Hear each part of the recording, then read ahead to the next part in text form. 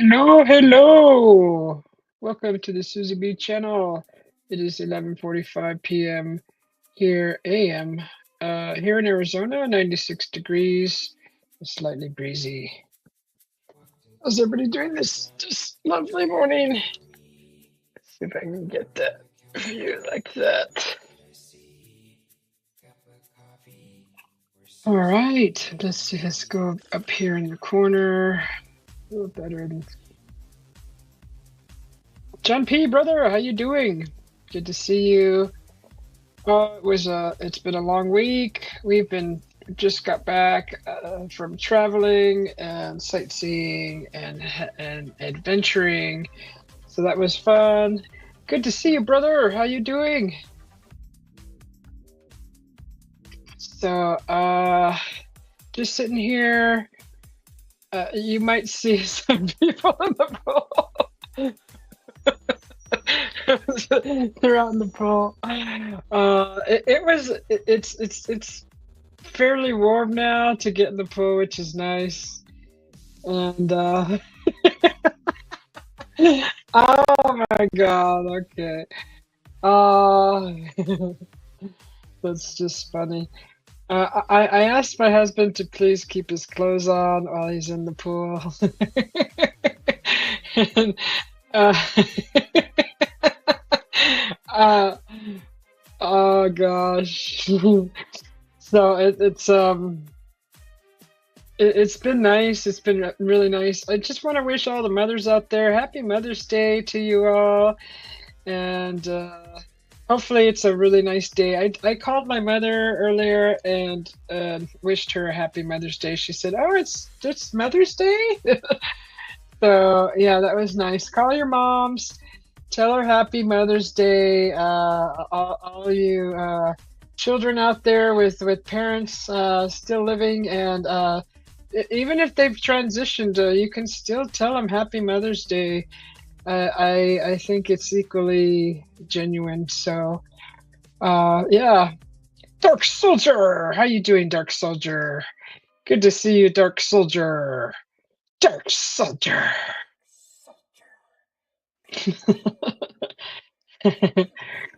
Hi, Rashid. How you doing? Good to see you.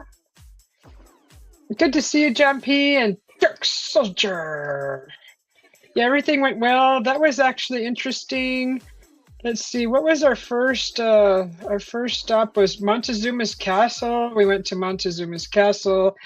That was nice. I went live there, and I think it was kind of pixelated in some areas of the video, but overall, I believe that it was fairly clear. The clarity was fairly clear. So then we went to this Montezuma's Castle. Williams. Okay, so what else? I think that was. Oh, we did Sedona. Sedona was nice. We went out to the airport lookout, which was very very beautiful. And I wanted to share with you guys the peaks that I actually were showing you on that live. There was actually some names to that. There was some names to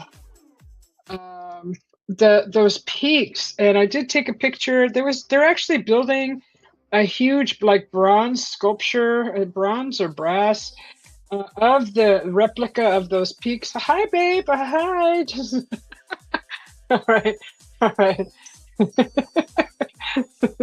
So, so, uh, sorry about that. He's just like in the camera. I just wanted to show the uh, the pool, but my hubby's out there, and my stepson's out there. They're all getting in the pool. If I didn't ask them if they wanted to be on camera, so we'll see when they come back in for a while. But anyways, I took pictures of these peaks. And I didn't know until after I cut the live. I turned around and there was like a little construction going on there, and I was like, "Oh shoot! These peaks, these mountains, they have names." So let's see. I know I took a picture of them. Let's see if I can find them. Let's see. I took a picture of the names. Where did it go? Where did they go? Okay, here it is. So oh, let's see. Okay, yeah. So they do indeed have names, and wow, there's actually one called Coffee Pot. So it's kind of cool. Some of these peaks, actually all of them, they all have names, just like Devil's Bridge out there in Sedona. I wish we could have got there, but I just don't know how to get there, and I didn't research it in time. Uh, Doing good, Roger. Did I get Montezuma's revenge while at the castle? No, no, I didn't get. I didn't get any kind of revenge. But let's see. It was fun. It was fun, just like the last time. I've always, I've been there. It's really nice. It's always nice to see Montezuma Castle. They actually had the build was finished out to the river view, and gosh darn it, when I reviewed the video, it was all pixelated. There was a beautiful view. I'm gonna have to do like an off live video next time and capture that view. That was just gorgeous. It was a perfect time of day too, with the river and the mountains off to the right. It was just really, really beautiful. Back to Sedona at the mountain peaks there. So there's a mountain peak called Capitol Butte, Coffee Pot, Sugarloaf. There's actually one called the Sphinx. Why do they call that the Sphinx? Let's see. Let me see. No. Okay. I know I took a picture of. See if I can zoom in here. There's a Boynton Canyon, Sugarloaf Chimney Rock, Capitol Butte. Where's the Sphinx at? The little Sugarloaf.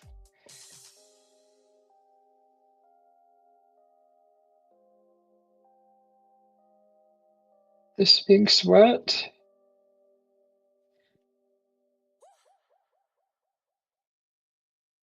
Oh, did I not capture that?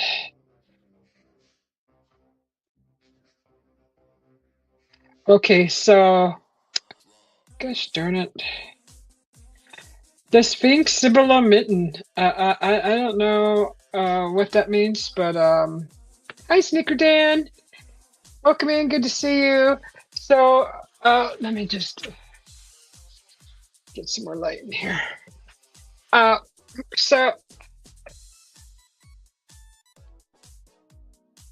So those are actually the names. I should actually try to pull this up. And I could actually, this is what I wanted to do, is share. Let's see. Let me tell you what I'm show you what I'm talking about. So here.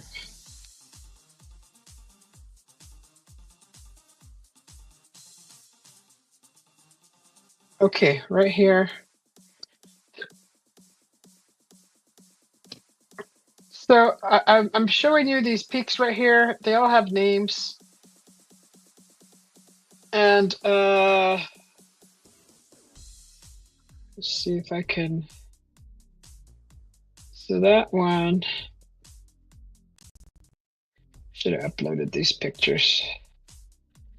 That one is the most left side of the.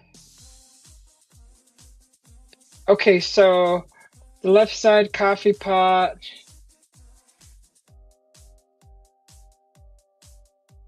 I believe. Let's see. That's that I believe that's called Capitol Butte right there. That mountain. That's called Capitol Butte. And the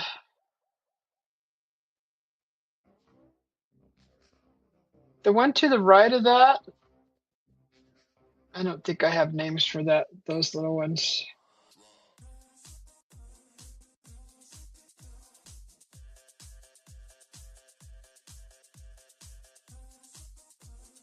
Okay, so that's Capitol Butte. Just to the right here, if you can see my little pointer, I believe that's called Coffee Pot Hill or Mountain. And right below that, the mountain range is called Sugarloaf. And Roger says, "Hey Dan, we name mountains around here as well: Pine Mountain, Beaver Mountain, Card Mountain, Farrell's Creek Mountain." Yeah, yeah, Roger. But I didn't know that these mountains. I mean, I wasn't thinking about it at the time that to actually introduce the names until I shut the live down. Actually, turned around.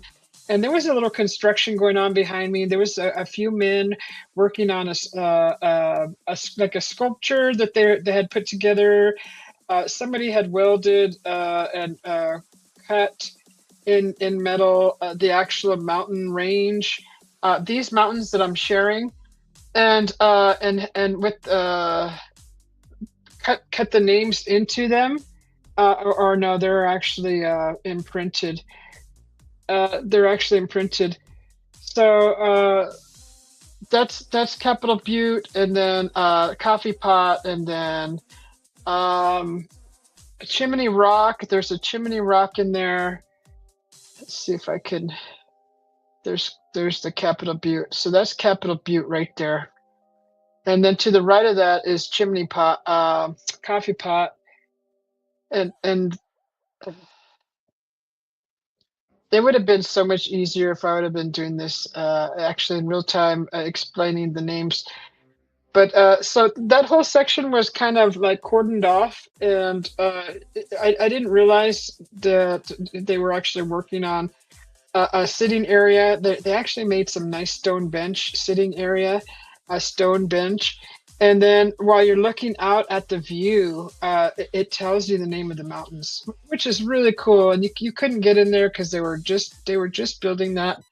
So I bet next time anybody who goes to Sedona in the future, after today, I'm sure it may be close to being done, but they'll be able to enjoy knowing what the names of these mountains are.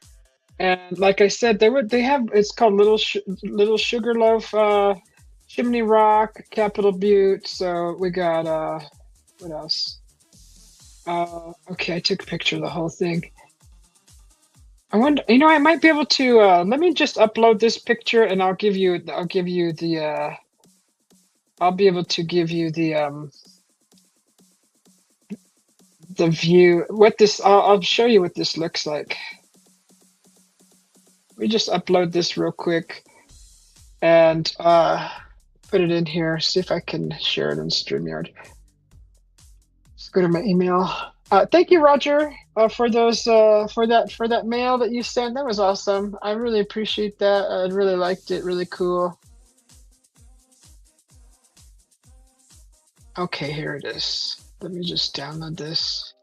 This is really cool. So you can see the construction tape around this section. The men were working on this beautiful, I don't know, like a site information. It's information at the site, that beautiful view. And let's see if I could share it. So let me see.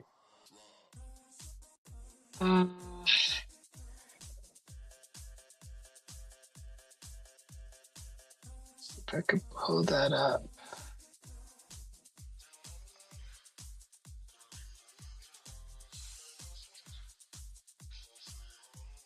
Okay, let's see if we can share this right here.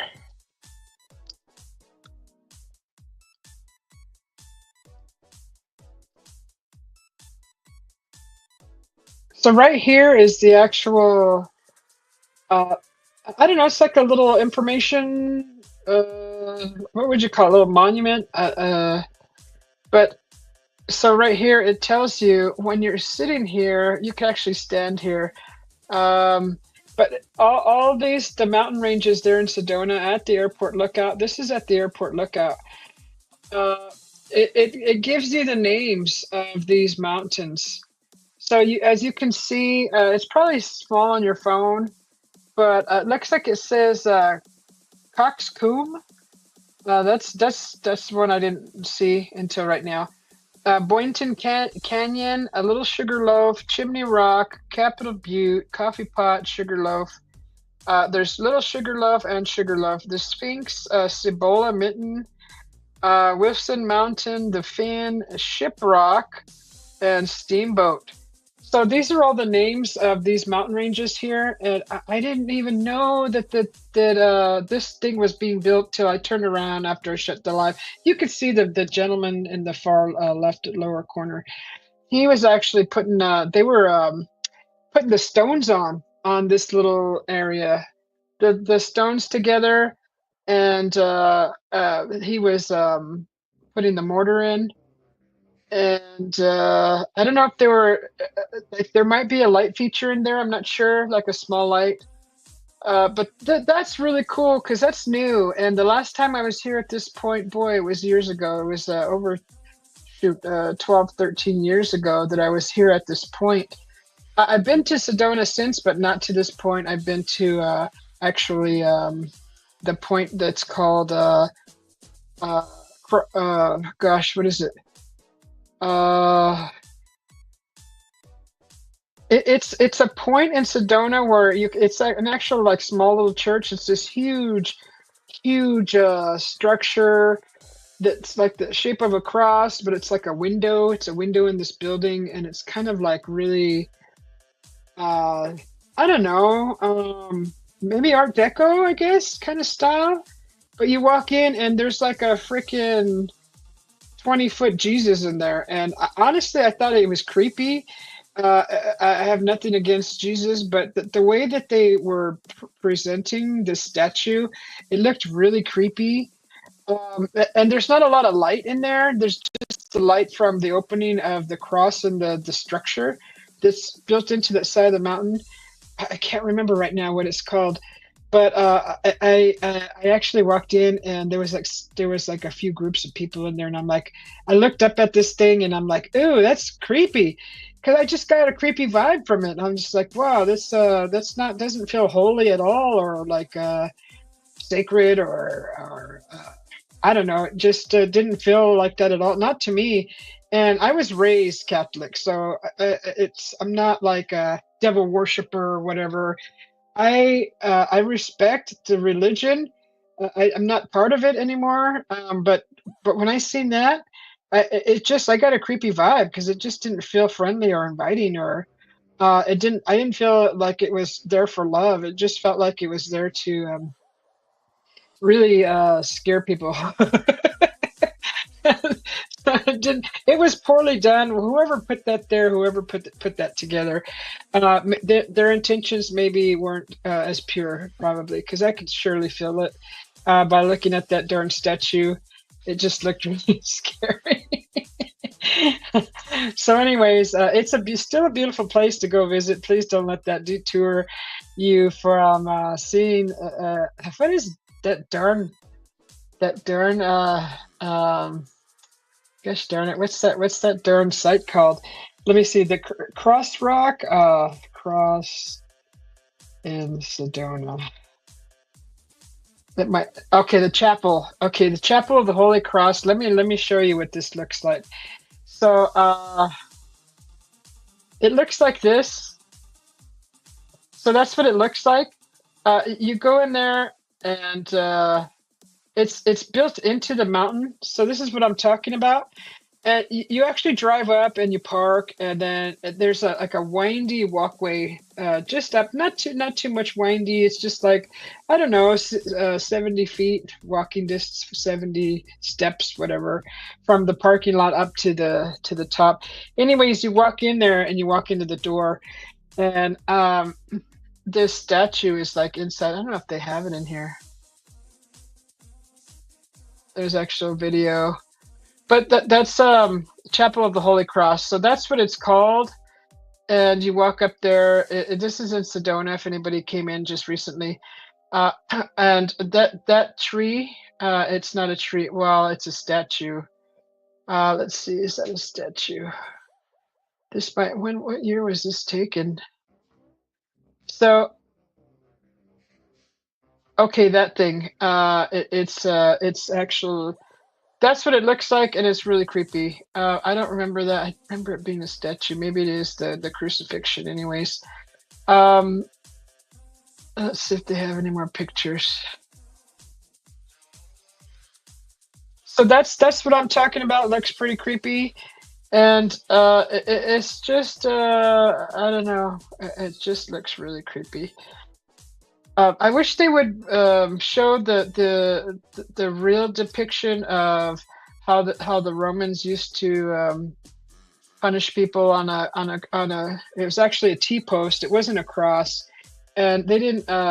They literally tied their extremities to the structure, and so I don't know how original the actual nails were, but anyways, that's a whole nother show. So that's what it looks like. It's this is kind of a side view of the Holy Chapel, whatever it's called. There's some trails that you can hike up through here, and if you're adventurous, you can actually probably make it to the top. Who knows? Just watch for snakes. But that's what that looks like. So that's what I was talking about. Uh, but that point that I was at, it was actually really cool. It was a beautiful view, and put that up there, smaller. So that's called the Chapel of the Holy Cross. Yeah. But back to this picture. Let me see.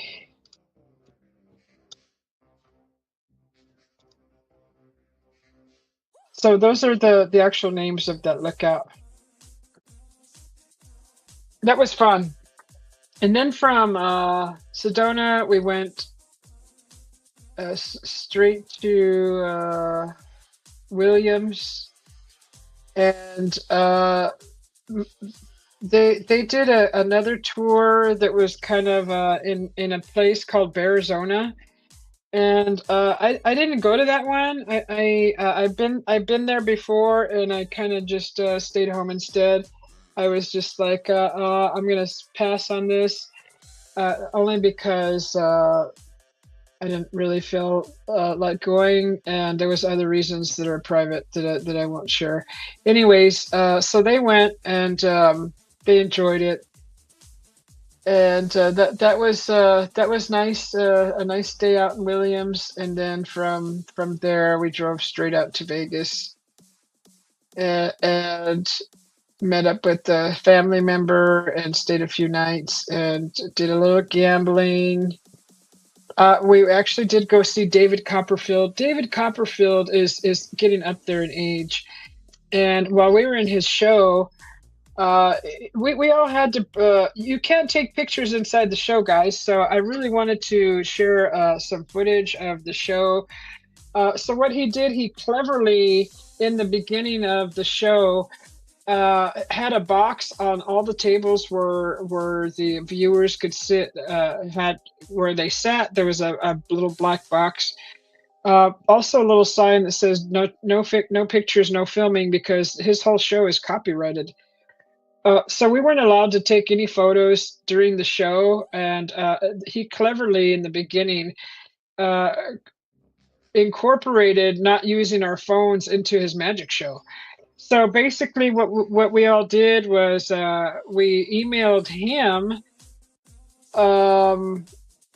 our where we're from, city and state, basically, and then he had everybody put the phones in the box, because part of the magic show was while the phone's in the box, he's going to email everybody back everything that's going to happen in the show.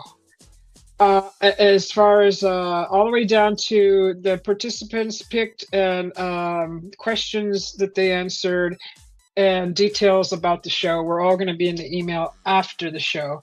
So what a clever way to get a big group of people not to be on their freaking phones during the show, right? Very clever.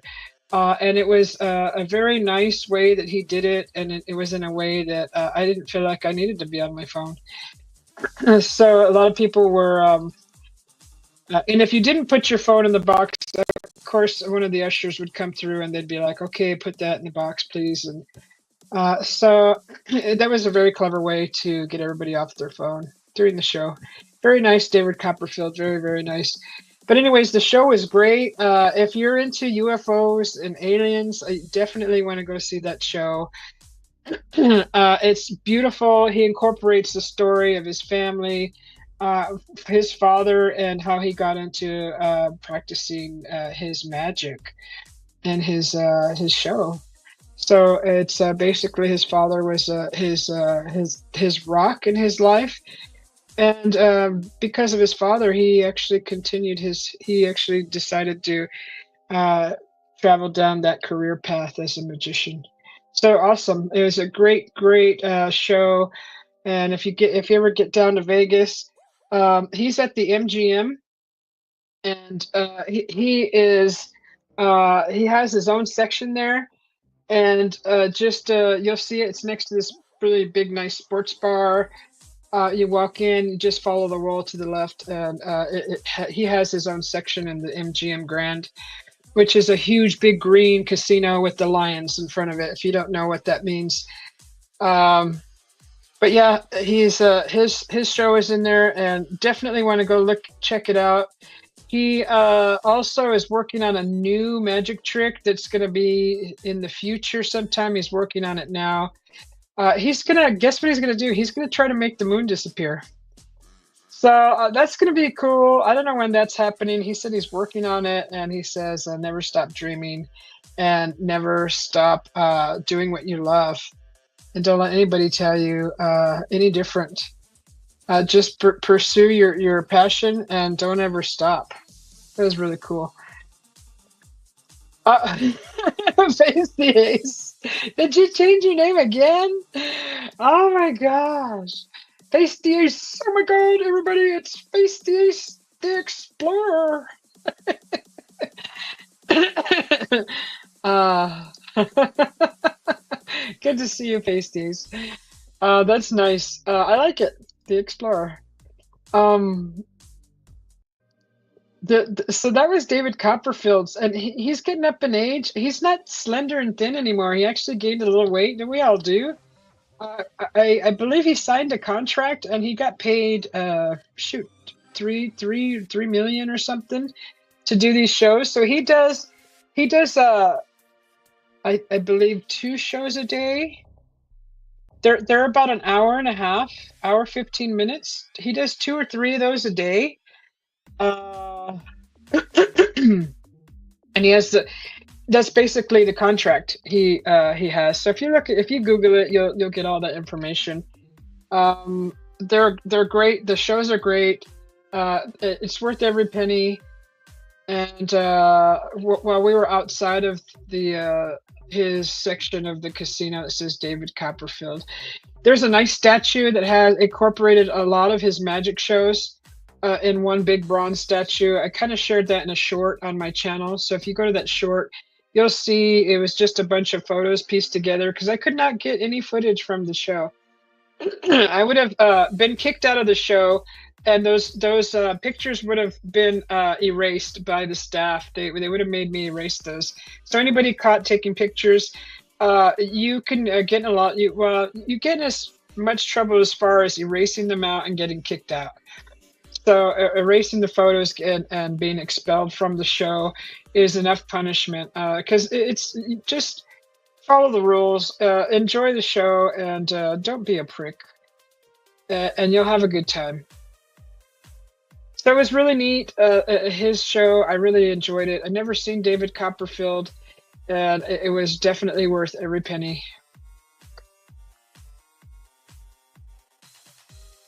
Face, good to see you. So this was in Sedona, this photo I have up here. This might be done by the time anyone that watches this decides to go out to see Sedona. This is what they were just building when I was there last weekend. Last week. Yeah, last week. So they're this is a new addition to the airport lookout viewpoint in Sedona. And the men were just putting this in. So that'll be nice. Tells you all the names of the mountains that are right in front of you. And I think that's cool. And there's actually a nice seating area behind that. So you get to sit. You can match up all the mountains with the names. And it's cool. Just freaking cool. I love it. So there's that photo. Because I took a picture. I'm like, darn it. I wish I would have known he was what that was. I need to pay a little bit better attention. But I just didn't want to be in their way, and I didn't want to bother them while they're working. I was kind of off to the left, and everybody was kind of walking around. They had that cautioned, taped, cordoned off. But yeah, that was cool. That was a beautiful, beautiful view of the mountains there in Sedona. Thank you, Face the Ace.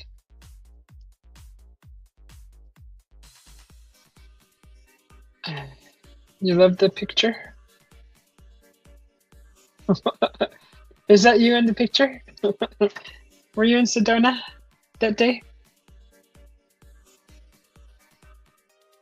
So yeah, I just wanted to share the names of that.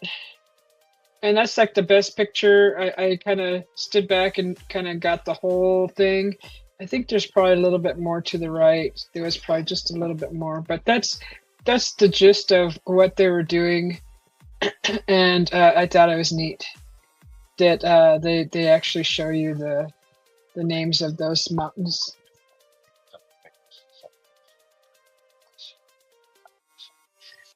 Mm-hmm. We could do a hamburger, like a taco salad too. You guys want taco salad?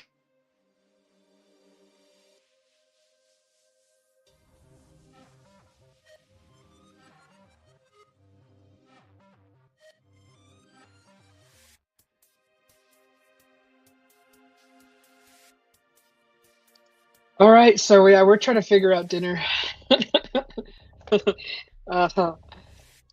Yeah, you were Face the Ace, huh? You were there. Hi, Sarah. How you doing? Thanks for popping in and liking. If you like that, if you like the live so far, please push that like button. If you don't like it, push that like button. Hi, Tina. How you doing? Taco salad. Yeah. I just made I made last evening a Mexican traditional dinner that was chile verde, so that's pork and tomatillo. I made some homemade Spanish rice, and I in a short you saw me cleaning some black beans, and I actually soaked them and then cooked them, and then took half of the beans out. They're actually more than what I thought. And I refried them. So I made some refried beans, Spanish rice, and chile verde. And that was a freaking amazing dinner. Oh my God, it was so freaking amazing. The whole house smelled like a restaurant. It just, all the aromas, cooking that stuff, it was just awesome. So tonight my hubby was thinking about making a salad, and then I thought, well, taco salad, but he says it's kind of warm outside for anything hot. He obviously has never tried a taco salad.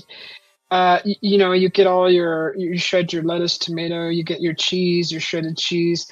You cook your beef in a taco seasoning or paprika, garlic, salt, onion powder. Or you can use chopped garlic.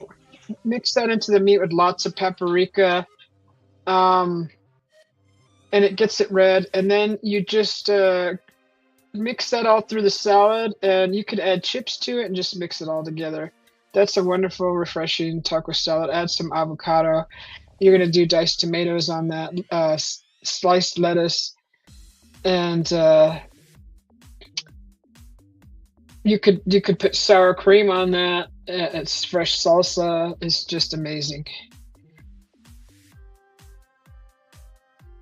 Roger says, "Hey, Pink and Sarah, you wouldn't mind going to the show, but I probably won't. I wouldn't take pictures of the show, but I'd have to have my phone on me because some of." Okay, no, Roger, they let you keep your phones just at the table where you're at. They ask you to put them in a box during the show, and it's only an hour show. I mean, I guess if you needed to take the phone out of the box, you could, but you'd have to, just walk outside to take a call. I'm sure that's possible. They just don't want anybody like checking their emails on their phone because it's a light, right? Everything has to be perfectly dark for the light transitions. They use a projector. They use a lot of lighting, and if you're exposing any of that with your phone, it kind of ruins the whole effects of the show. So plus, you want to be paying attention every single second of the show because there's so many things going on and there's so many distractions, and you're like, you need to be not on your phone. That's all. But he had a clever way of removing that element from everybody, which I thought was pretty clever, incorporating that into the show. Don't forget the lime. Oh, heck yeah, right? Yeah, you want to do a squeeze of lime on that for flavor. And the cilantro definitely will go into the salad. Fresh cilantro, you could also cook it into the taco meat. But fresh cilantro in a salad makes it so refreshing. The flavor, oh God, it's just amazing. You know what you're doing, Tina. That's awesome. Tina waves to everybody. Face gives the thumbs up. Face says, "Hello, Pink." And yeah, so that show was just amazing. So I think we're gonna do salad this evening for dinner. We had just I was gonna make enchiladas, but I had made chile verde before last week, and he wanted me to make it again. He loved it so much. And I didn't use any special type of meat for that. We actually had a pork tenderloin in the freezer, one of those long tenderloins, and it was actually marinated in lime. So it was lime and seasoning, so it was perfect for the chile verde. The lime goes great in it. It was tender, it was nice. I just I sliced it and opened it up, kind of like a fillet. It's a long tenderloin, it's like a log, and I just sliced it and opened it up and then cut it in strips and then diced it like that and cooked that into the dish. It was perfect. You can use pork chops, you can use whatever pork you got. Just you want to cut it into little cubes, little squares. Or whatever you want. That's just how we always did it. You can do little strips, but that's like more for like fajitas or tacos. I don't know. But little cubes is fine. Little, just however size you like them. Tina says, "Hey, Face." So that was a nice adventure that we went on. The Grand Canyon was awesome. I used to work there, so I worked in security. So those points were really nice to visit again because that's where I worked before, and I used to have that view every day, and I was really ecstatic to go back. There's so many changes since I worked there. They actually kind of eliminated a lot of personnel out of there. I don't even know where the helicopter tours were being given. They have a zip line now.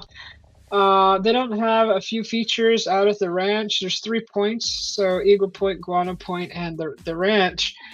And you basically just pay just to be there. And there's a shuttle that takes you back and forth to both points, Eagle and Guano Point. You can buy a meal there while you're there, and they do like a barbecue style pork and I think it's coleslaw and a salad or something. We didn't eat, but they have drinks there and stuff, and a nice sitting area in both points. So it's really nice. The skywalk was a nice place to go. We didn't do that either.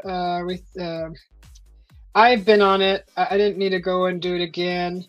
When I worked there, there was a man in a wheelchair that really wanted to go across, and it was security's job to handle that. So I was picked that day, and of course, I'm deathly afraid of heights. But I did it because it was my job, and I got to experience it that way. I had to be extra brave and wheel somebody across the skywalk with no fear.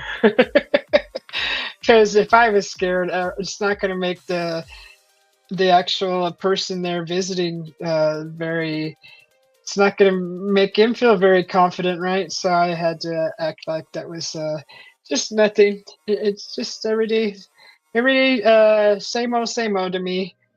But yeah, that took a lot of courage on both of us. It took a lot of courage for both of us, but him definitely being in a wheelchair, it was my pleasure to wheel him across the sky bridge. But let me tell you, when I was on that darn glass bridge, your brain does something to you when you step onto the glass and you can see a mile down. Your brain is like, don't you do that, don't you do that, you're gonna fall, and your brain wants to lock your body in place. And that's what was almost happening, but I just held on tightly to that man's wheelchair and just kept going. But your brain is telling you, there's a hole right there, you dummy. What are you doing? So yeah, your brain knows. Your body, it definitely sends all those messages to your body saying, "Don't you do that? Don't you jump?" You know, it's kind of like that feeling. But the glass is very intimidating, and it's tricking your senses and your brain, your visions, your senses, and the vision, and all that. It's just like your brain is telling your body, "Don't go." So it's just kind of funny. It was a neat experience, although I didn't like the heights part of it, but it was a very good experience. I'd probably do it again. Hey Chris, how you doing? Welcome in. I'll put a link in here if anybody wants to come up that we know. You're more than welcome to come up. But that was neat. That was neat, the skywalk. That was really neat. And it's a bummer that they don't let you take pictures from there. So they want to make their profit. I get it. They want to get their money back from building that thing, because that cost a lot of money. That glass is from Germany. It was engineered in Germany. The glass was made in Germany. It was shipped all the way here, and there's several layers of it. And on the sides of the walkway is a frosted area. So if you don't care to look down, just kind of hug the sides, and it's like lanes. So there are two lanes on a lane on each side, and they're frosted. They're about I would say maybe 2 feet wide, a foot and a half wide of a frosted strip, and you could walk on that, and you could feel, the comfort of not feeling like you're going to fall through. So you at least have that frosted glass. And I thought that was a nice addition to the glass feature on there. So just if anybody is curious, there is a section on the glass that's frosted, and you can walk on that. Jose says, Feliz Domingo. Thank you, Jose. Happy Mother's Day to all the mothers out there. Thank you, and thank you for everything you've done for me and for your siblings, for everyone else all around the world. I called my mother and wished her Happy Mother's Day. So yeah, it's a lot of work. I personally am not a mother. and just for the reasons of I really would wanted to explore potential in my future, my passions, chase my passions, and things like that. So I didn't actually miss my window of having a family. So, anyways, that's done. Maybe the next life, but I do appreciate all the mothers out there, and thank you. I almost want to say thank you for your service. Because that's hardcore. Mothers go through a lot. They fight and they sweat and there's blood and there's tears to have a family. So thank you.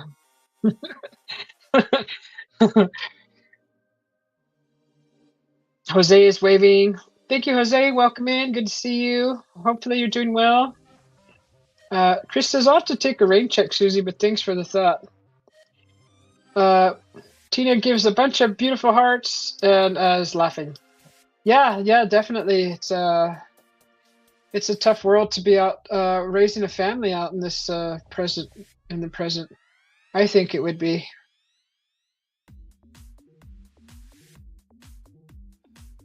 Ben tea. The best tea is Ben tea. God, my hair is just—it's not doing what I want it to do.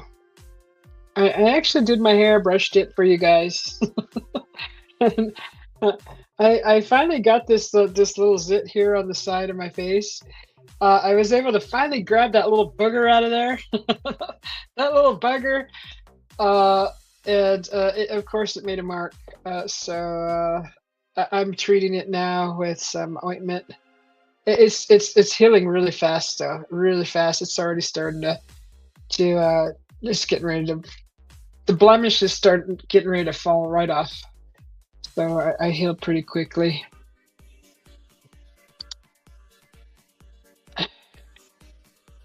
So yeah, this was the Sedona trip. That's the photo from that, and that is. I just wanted to share that actually all those mountains have names. So yeah, we had Boynton Canyon, Little Sugarloaf, Chimney Rock, Capitol Butte, Coffee Pot, and then regular Sugarloaf, the Sphinx Cibola Mitten. I don't know why they call that the Sphinx. It's interesting that there's this something called the Sphinx here. There's something called the Sphinx at the Grand Canyon also. And then Wilson Mountain. So they also have this nice machine there that's, I don't think it actually has any electronics plugged into it, but it looks like those binoculars that are like cemented into points all around the states at the parks, monuments, where you could, it's like a big old set of binoculars and you could like, you can go so far in each direction to look into the distance. They had one of those there. I don't know the exact name of those.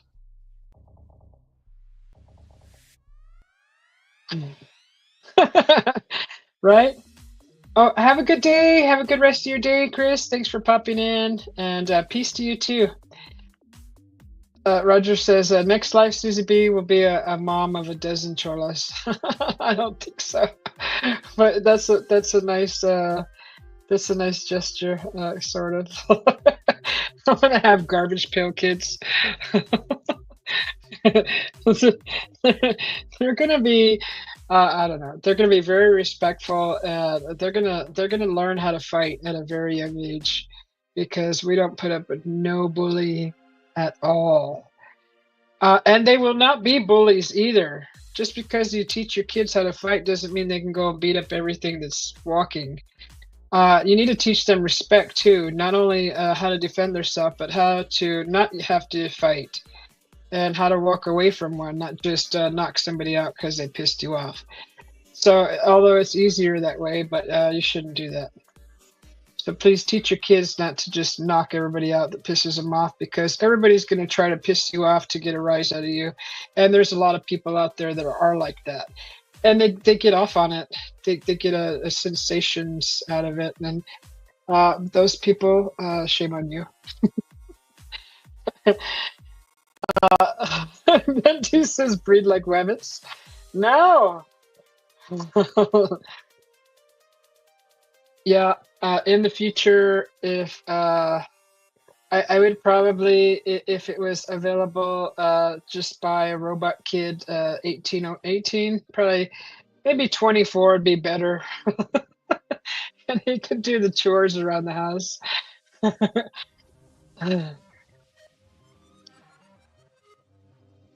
That way, he doesn't bring home a girlfriend that's pregnant, and you're like, just wasted your whole freaking life now. Now you got to worry about a family. Now you got to put your career aside for one, and you just sorry. Some people just do things backwards. But yeah, a robot cannot reproduce unless it's a baby robot, which is fine. I think that's cute. You can always program manners into them, usually. I don't know how it works. Taking a wild guess. The peas are John P. John Peas. The best peas are John Peas. Right? I like that. John P, are you growing peas in the garden? Hmm. Uh, so yeah, that was a nice trip.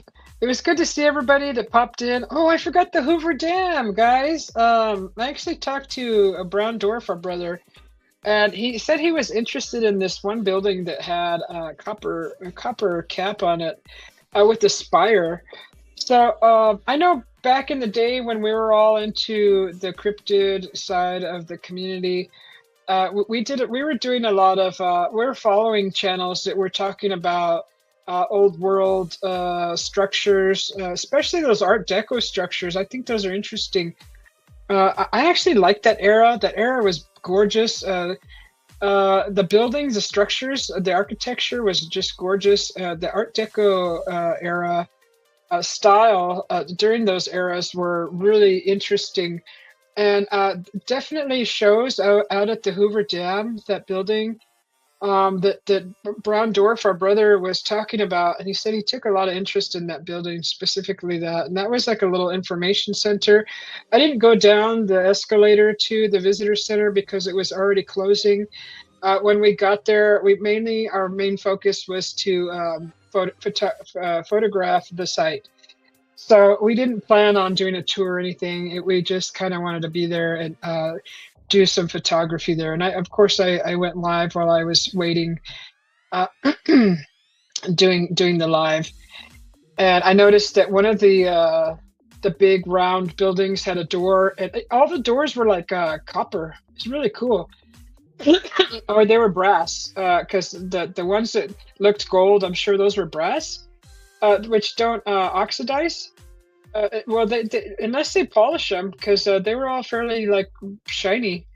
They had those doors at the entrances of elevators and the restrooms, so it's kind of neat, really neat, a neat thing to see. But son came home with a pregnant chola. Prego, no, no. Yes, that's right. No, no, Benti. We don't want that. Uh, we want to enjoy life before having to commit to diaper changing, worrying about paying.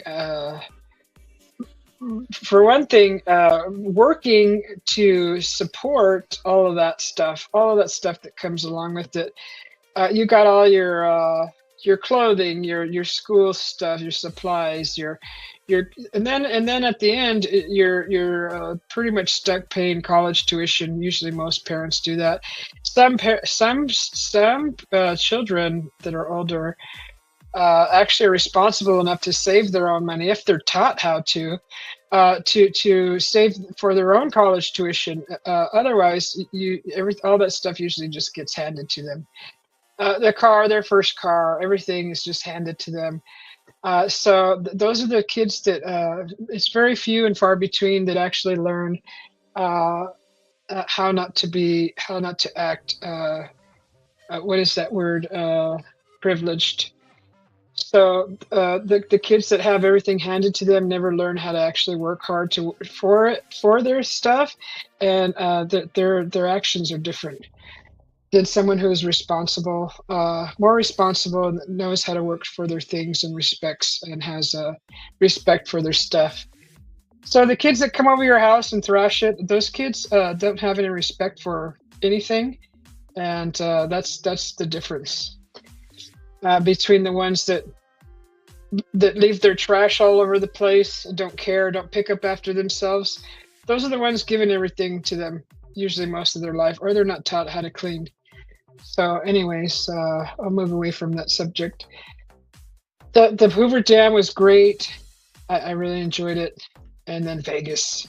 Vegas was nice. I actually did pretty good in Vegas after the Keno Live that I did for, what was it, 2 hours? Excuse me. So I went back and played later on that evening and didn't do so well. I had like $50 to my name. And I had so much spending gambling money that I wanted to spend, and I didn't want to go through a house mortgage, right? So I just put aside just a small amount of gambling money, and the next night I was down to my last 50. So the next morning I woke up. We did let's see. So on in the amount of time waiting for the show to start, I just kind of sat in front of a slot machine, and I had the $50 in my purse, and then my hubby looks at me, and I was kind of just waiting, and he handed me $10. He goes, "Here, throw this in the machine." I'm like, "Oh, I don't really, feel like gambling." And he goes, "Well, it's just to pass the time." So I put $5 in and pushed the spin and bet the smallest amount in order to play. And I hit two bonuses and walked out of there with $100 from that $5. It was like $114 or something. And I cashed out. We went to the show. Then we went back to the casino, and I jumped on another Keno game. Met up with my sister, and I was playing 10 numbers, and I got 8 numbers and won like 1,000 quarters. So that was another 240, 30 some bucks. So that was pretty fun. Yeah. Manage money? No, everything is the fault of someone else, right, Ben T? And that's usually the attitude. There's never no accountability for these children that are raised these days. They don't care about. You're getting me going down that path again. Thanks, Ben T. But anyways, right. I was gambling my non-existent kids' college tuition away. My cat almost got a bird. You little sucker, little rascal, trying to chase the. That's why they're not drinking. Anyways, so yeah, I had some really good luck. I came home with an extra $300. I kind of spent 150, but I had fun. And the Keno, I did win a couple hundred on that, and that was nice. And I just give it to my hubby. I'm just like, "Here, take these hundreds. Just give me the small bills. I'll be happy." I don't spend money a lot. That's the only place where I really spend money, other than grocery shopping. I'm not a big spender, but I do like Keno. And guess what? Guess what the numbers I was using. I was using the famous cards from Zoltar. When you go to the Zoltar machine, he gives you a reading, right? You get a reading. He gives you a physical live reading, and then once he's done, out comes a card from the machine that pops out, and it's a little card like this, and on the back is basically your fortune. It's a fortune. And then below that, it gives you six numbers. So I was playing that, and that's what I won on. So. And then on the way home, past out of Nevada, already in the Arizona side, we stopped at a gas station because I wanted to grab a bite to eat, a little sandwich. And actually, I'm going to be loading up some more footage of the merchandise that was in this gas station, a convenient quick stop, whatever, with like 3 or 4 restaurants in there, small little restaurants. And Lo and behold, right when you open the door is a Zoltar machine. I'm like, yes, another Zoltar. So I did a quick footage on that. That'll probably come out here in the future, near future. And then you go in and you go to the bathrooms. On the way to the bathroom, where all the merchandise is hugged up against the wall, was another Zoltar machine, but this time it had Trump in it. And I'm like, what? So of course I had to get footage of that, only because of the nostalgia of Zoltar. He had the same thing. He had his hand waving over a crystal ball, just like Zoltar, and I was like, this is freaking cool. I mean, it's the machine. It was cool. He gave a reading, and then of course you get your card that says Trump on it with his picture. It's hard to see, but it's actual picture of the dummy him, the mannequin, the whatever it is you call it, speaking, and it was fun. I definitely had a little crowd around me while I was filming this and being excited about it because it was the machine. So that was fun. And there's also numbers on the back of that. So it's kind of cool. It was so funny. And the stuff in there, I can't wait to share. I have to do some editing later, but I'll be sharing those and scheduling them for the next week. Some more shorts of that place. It was cool. The gambler Susie hits the jackpot. I know, and there was two Zoltar machines in that casino. One was the one that I showed in the short. I found another one that was in the high roller section, which was $1 per spin, the minimum amount. But I think you could bet up to $8 a spin. And I was like, screw it. I had 13 bucks just that I wanted to just put in there to see. If I would have been betting $3, because there's lines that go across these three reels, I bet $1, and on the third line, it came out like double, and then like something that would have been a jackpot. I probably would have won $3,000, $3,000 or 13 grand. I don't know, something. But I wasn't betting enough. I kicked myself in the rear for that. I just thought, it's a gamble. So, like my sissy said, it's a gamble. And we were just like, ah! It was the first spin. So that was a different Zoltar machine, but it had all the bells and whistles. It just didn't have the digital screen in front of you, which was cool, like the other one. This one had a lot of lights, and it had sounds, and it was cool.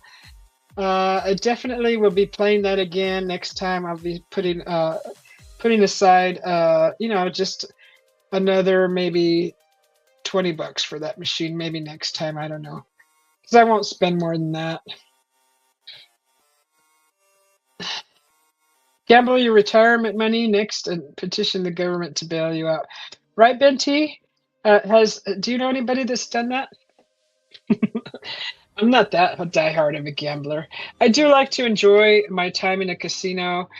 When you play Keno, you can go through like 4 hours on $20. If your numbers are hitting and you're winning, you're losing some, but you win more and you lose some, you win more and you lose some. You can play for hours. And it's just basically entertainment, really. It's that you're not trying to retire off of that gaming session.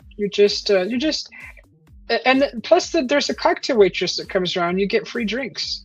And if you have a couple bucks, tip her, give her $1 every time. And you can get any drink you want, pretty much. So, it's not, if you know how to do it, you can have a good time for a good 4 hours.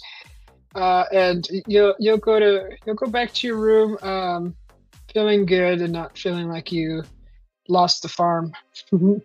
And just takes a little bit of money and leave all your cards in your room. So if you don't have any self-control, don't go gambling. Find something else. But I actually do. It runs through your mind. Okay, I could pull. I can go get an advance, and I could do that. No, just don't give in to those feelings. Just go to have fun. Don't go to win. Just go to have fun, and you will win, I think. So it's nice. I know gambling addicts that lost all their money. One guy was 75 years old, lost his house, everything. See, that's an addiction.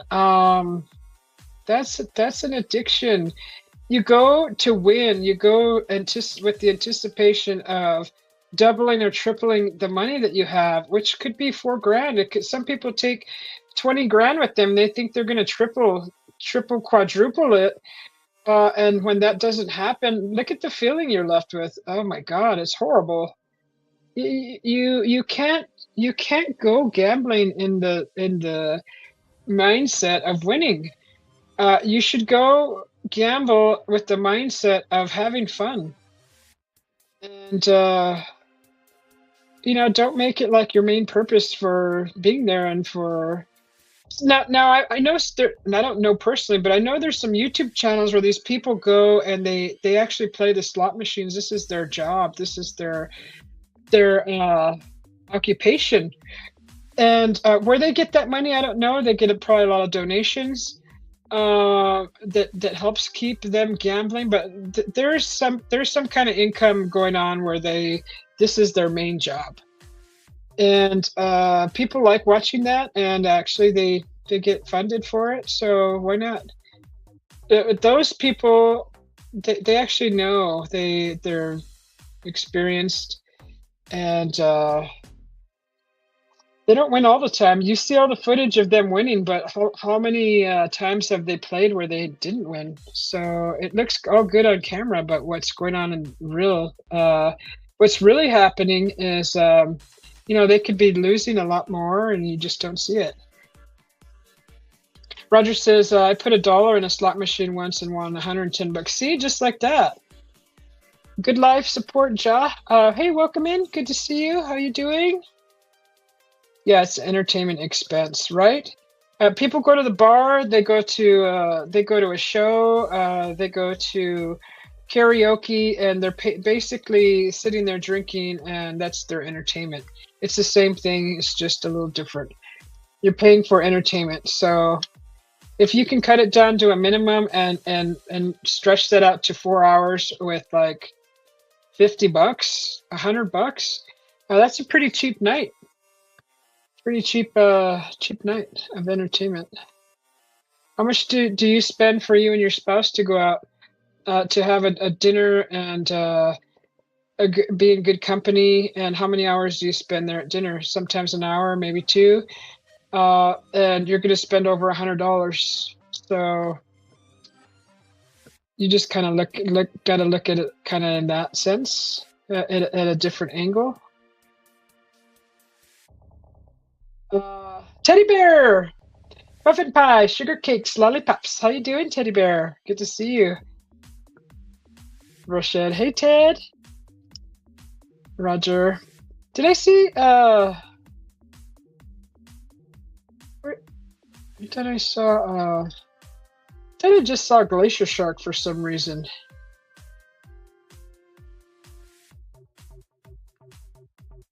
Thanks for all the emojis. Good life support. Ja.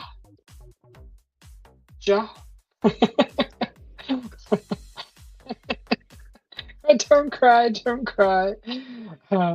Good to see you, Teddy Bear. Teddy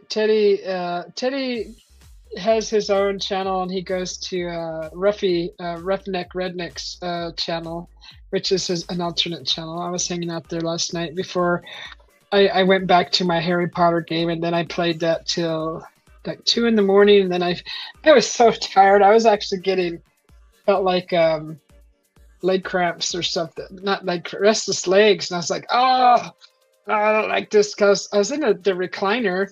My legs were up, but I just started feeling really antsy and uncomfortable. I'm like, I'm going to bed. I can't play this anymore. I wanted to play some more. I love that Harry Potter game. I'm learning how to fight a little better and how to use all the bells and whistles. But I really like that game. So that takes up a lot of my time. Thank you, my new friend. All right.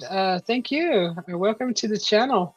So yeah, I just got back, Ja, from a small little vacation, and just got back. So I was just kind of covering all the stuff I just did, that we did together.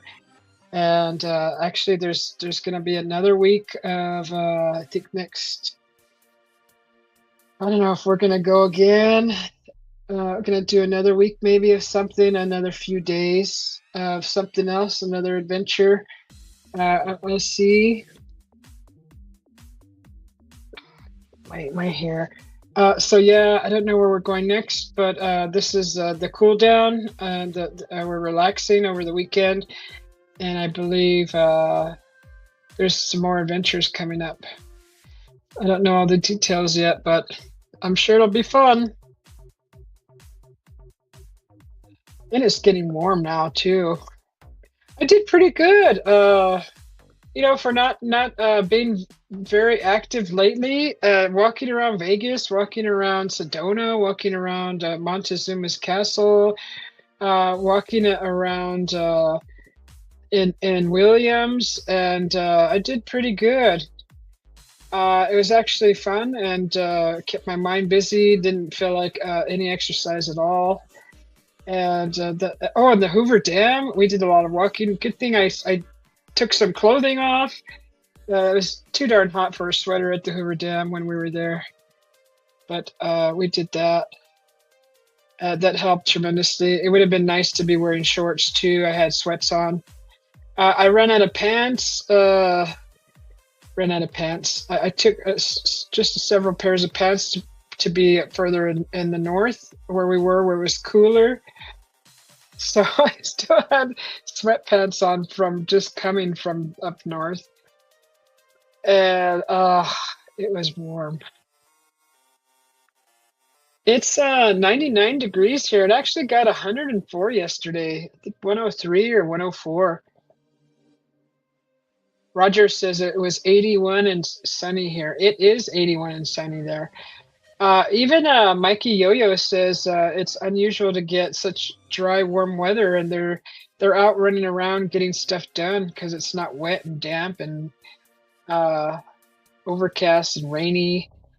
So he's fairly busy getting stuff done, which is nice. I can't imagine living like that.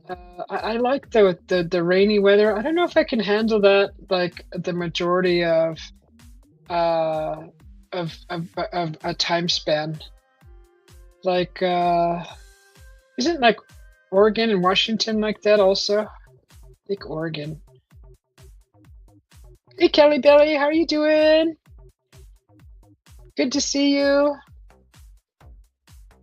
Henry, hi Henry.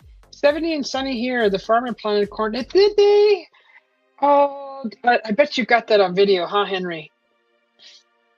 If you guys don't know Henry, go check out his channel. He's got he does changing of the hats every day in his shorts section, in the shorts section of his channel, and you'll get a giggle out of hit the hats that he puts on every day. Good to see you, Henry. Hopefully you're feeling good. Hey, Frankie. Thank you. Happy Mother's Day to all the mothers out there. You're much appreciated. Henry says, hi, Susie and Rocher. Good Life is just sharing some love hearts. Oh, you'll have the video out tomorrow of the tractor. Yeah, I got some video editing to do also. That'll be later. I wanted to go live and catch everybody up with the trips and the experiences. There was also a point in Sedona that I was in, sharing the view and the lookout, and realized that the construction behind me was the makings of information on all those regions, the mountains. So they're actually all named, and that was going on there. But in the beginning of this live, I went ahead and gave you all the names for those and shared a photo that I took. of this new feature that's going to be there, and it will probably be done by the time. If anybody ever goes out to Sedona to the airport, look out! It's a beautiful place. Roger says, "Hey, Henry." So yeah, the tractor planting the corn. That'd be interesting. I love corn. I love watching it grow. I love everything about corn. It's just beautiful. It tastes good, and I miss the cornfields.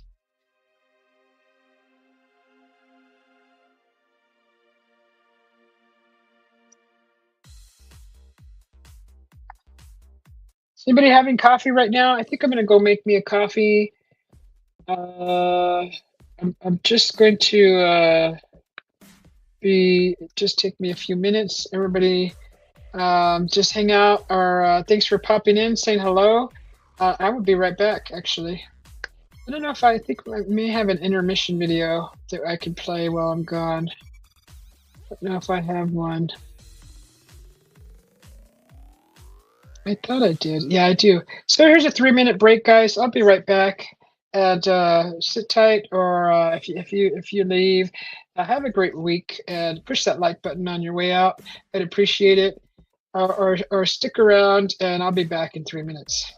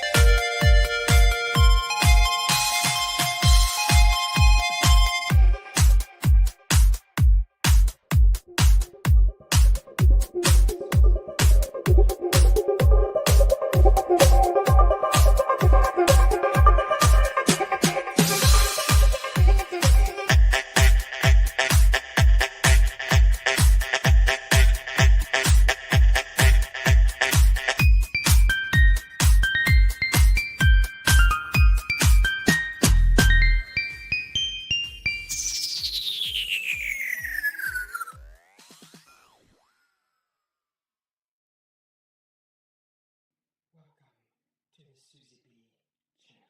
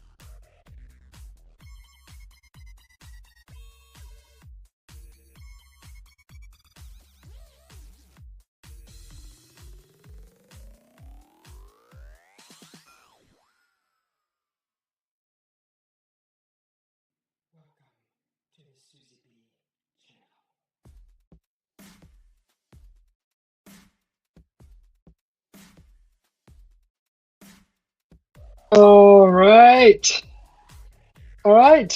We got some iced coffee here and little chocolate drizzle in there, some cold foam on the top with a little chocolate powder.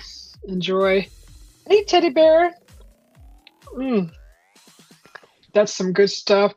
I made the most fabulous, well, I've made it before and I've done it, I'm short of it, but I did a honey whipped coffee that WTF Mike showed me, told me about, and I was like, I gotta try that. That's been my favorite coffee and most favorite. I did a honey whipped coffee.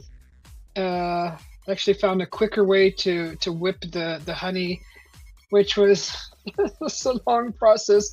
But I used a handheld mixer and got that whipped up. And then I got some almond milk and threw it in a blender with some ice, not so much ice this time, and added peanut butter to that and blended that. It made kind of like a smoothie, kind of a thick smoothie. Pour that over ice in a cup, then get that whipped honey and then pour that on top of that, and then get some chocolate and shave a little bit on top. And man, oh my God, that's a nice treat. I made it for me and our guest here, and he absolutely loved it, and I loved it, and I just really appreciate a great tasting coffee because I don't drink coffee for the caffeine. I drink it for it's a nice sweet treat, a dessert almost, and I enjoy it that way. I don't use it to just start my day. I use it to socialize and have a nice sweet treat. And I love it. Good. Good stuff. Let's see, is the music still playing? Yeah. Okay, let's play this one. So hopefully everybody's had a great weekend. Happy Mother's Day to all you wonderful, beautiful mothers out there. Hopefully you're getting the royal treatment today, the spa, the dinner, the flowers, the chocolate, everything that you deserve. I hope you get. So I just want to wish you, all you wonderful mothers out there, happy Mother's Day.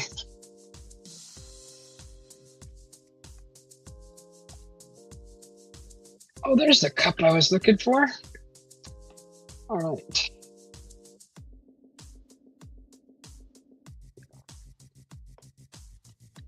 Can I hear you?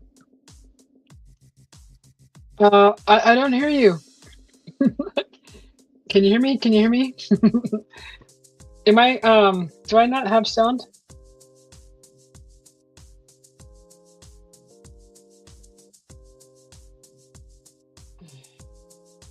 Oh, were you trying to pop up, Tina?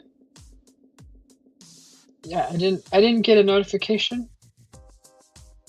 Oh, I forgot to pin that. I forgot to pin that link.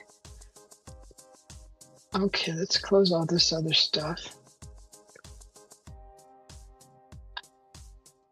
So I don't know if I'm going to be doing like a digital art show soon or a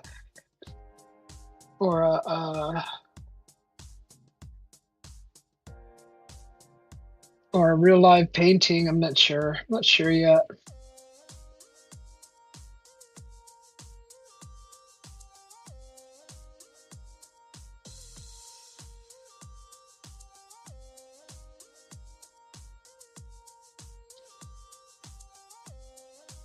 Well, I could definitely see what you're typing, Tina. Hopefully you get your computer all sorted out.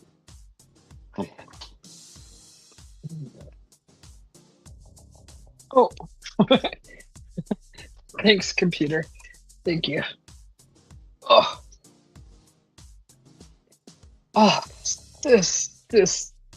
So my chair is on a glass plate kind of thing, and the wheels on my chair keep falling off the edge. I should have got a wider one, but these things. Anyways, I just slipped off the edge of my glass platform. So, does anybody have plans for the rest of the week? We're jumping up in temperature here over here in Arizona, and that's just the way it is. Hell's Kitchen is coming. Hell's Kitchen is coming. There's no stopping it. It's actually been a really wonderful spring so far. It's been a beautiful spring. I picked up some seeds out in Sedona. I'm gonna go pop them into the dirt, see what happens. I found some pine cones with seeds in those little nuts, pine nuts or whatever they are. I'm gonna pop those bad boys into the dirt too, and I'm gonna put some avocado seeds all around the yard, see what happens. I already got one growing. I heard you need two to pollinate. One needs to pollinate the other. We'll see. I've been trying for the past 4 years to grow an avocado tree. I had one growing, but since I left one summer, it didn't get watered and it just didn't make it.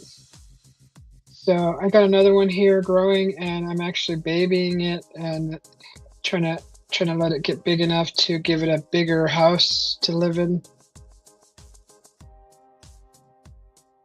They actually give really good shade. The leaves are beautiful on it.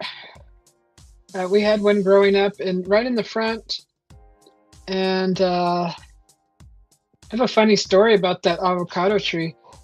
It got to where, well, I was little, so it must have been about 6 feet tall. It looked way bigger. It wasn't producing any avocados, and my mother said that she went out there and just grabbed it by the trunk and shook it and told it if it didn't produce avocados, she was going to cut it down. And lo and behold, it gave so many avocados after that. I don't know if there was if the validity of what she said, if that's truly how it happened. But my mother, she's not really known for fibbing too much or relishing her experiences, but it did give us. We had a lot of avocados. Maybe she helped shake the pollen around. I don't know when she did shake it, but you never know. It's up to you to decide what you think about that.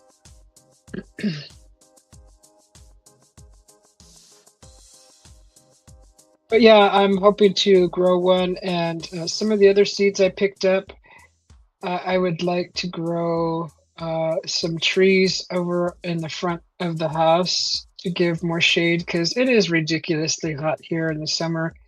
And my goal is to create enough canopy to alleviate the heat during Hell's Kitchen when it's here.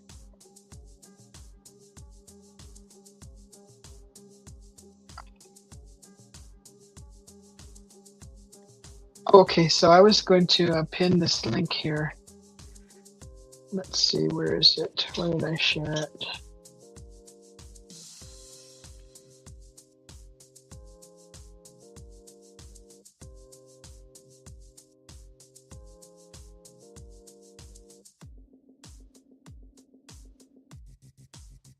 Okay, I'm gonna have to share it again.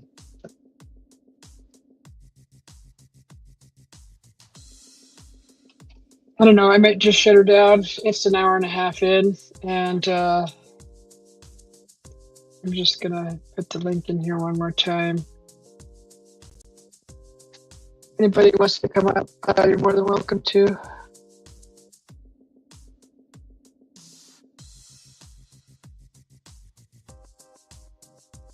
All right. If you're staring at a screen for a long time, look into the blue blocker glasses. That's what I'm wearing right now, and it does take a toll on your eyes after long periods of staring at a screen. No matter what kind of screen it is, your phone, your TV, your computer, your monitor. Uh, get yourself a pair of blue blockers. I've been doing this for years and years, and I'm starting to feel the repercussions of staring at a screen.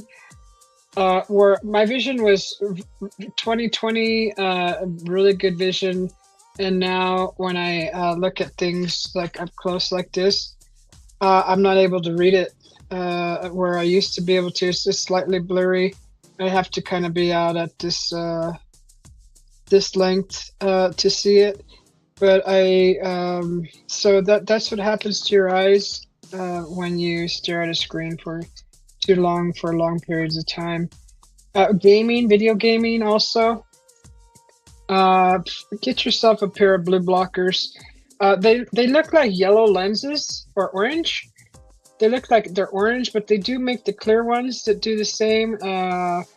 Just do your research, and they're not very expensive. Grab yourself a pair if you're on the screen a lot, and that'll help your eyes. That'll help that blue light from damaging your eyes. Some countries, they call it radiation. I don't know. But not to scare anybody, but it does help protect your eyes.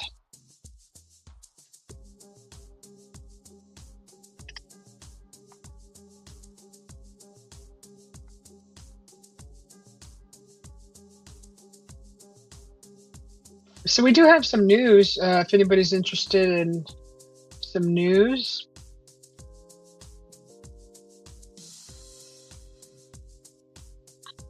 Let me go to the site. I know we have a few new things that's happened in the neighborhood.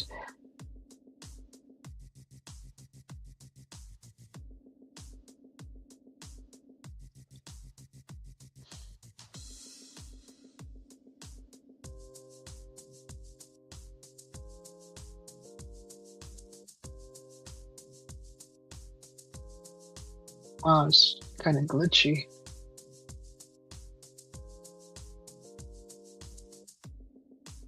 Let's see, I'm just kind of scrolling through here. Oh, so there's I saw a video last evening. I usually check this before bed to see if there's anything good worth sharing, anything interesting that I could talk about. But apparently this man captured a video from his camera. These two young gentlemen walked up to the door, and he had some signs posted, "No soliciting." We have one of those too. It says no soliciting, no politics, no religion, no whatever canvassing. I don't know, something like that's right on the door. This guy had a sign that said no soliciting. These two young gentlemen walked up to his door anyways, knocked on it, and he said, "Didn't you read the sign?" And they said, "Yeah." And he goes, "Do you understand what no soliciting means?" And they said, "Yeah, but it's not against the law." So they totally ignored his wishes as a homeowner and decided to walk and knock on his door anyways. I don't know how you would react, but I would be pretty unsatisfied with this behavior and this ignorance. Where it's you don't want to be bothered by solicitors for a reason. Like, say, you're at home, you work all week, whatever, you're on your days off, and some person just decides to totally ignore your sign and wants to sell you solar panels, or wants to paint the address on your sidewalk, or wants to see if you're registered to vote. Stuff like that. Or wants to like pull you into a religion, whatever religion is out there nowadays. There's so many. So They totally didn't respect his wishes, and responding with "It's not against the law." Totally ignoring his wishes as a homeowner and deciding to still bother him with their whatever it was they were gonna try to sell him. So I thought that was kind of irritating, that these two gentlemen had no respect for the sign. And of course they looked like they were in their mid-20s maybe. Um, it's just unbelievable. If you're listening and you're one of those people, stop. Don't do that.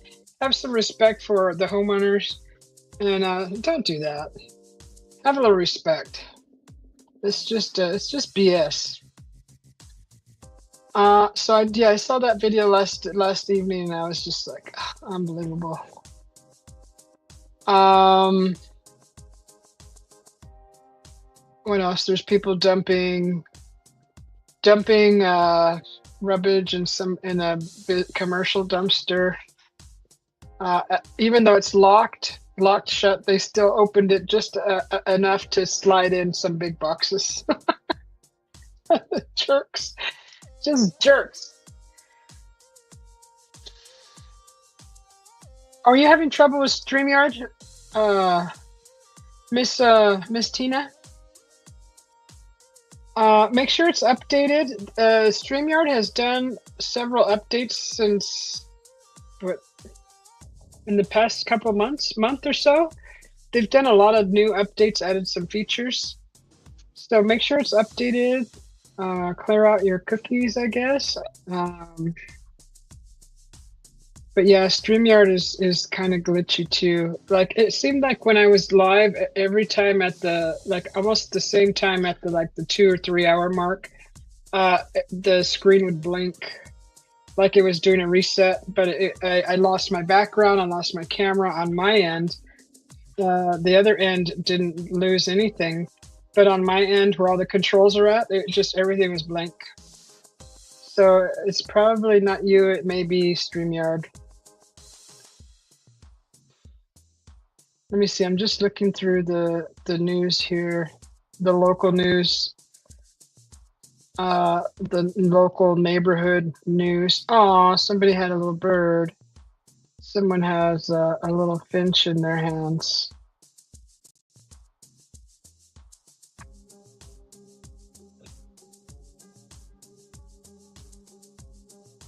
What else is going on here?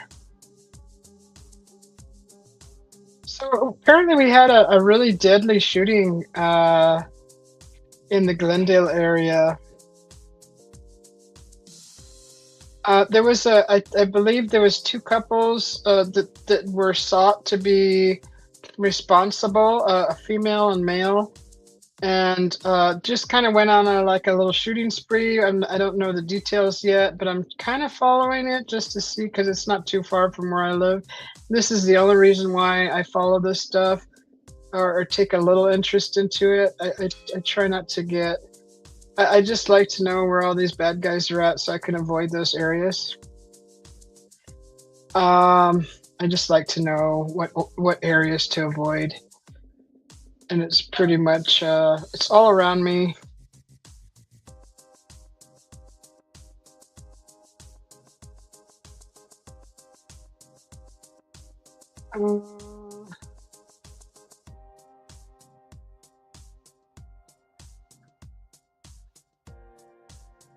People dump stuff around the area here all the time. If they don't dump in a commercial bin, they dump beside the road. That's just disgusting, isn't it, Roger?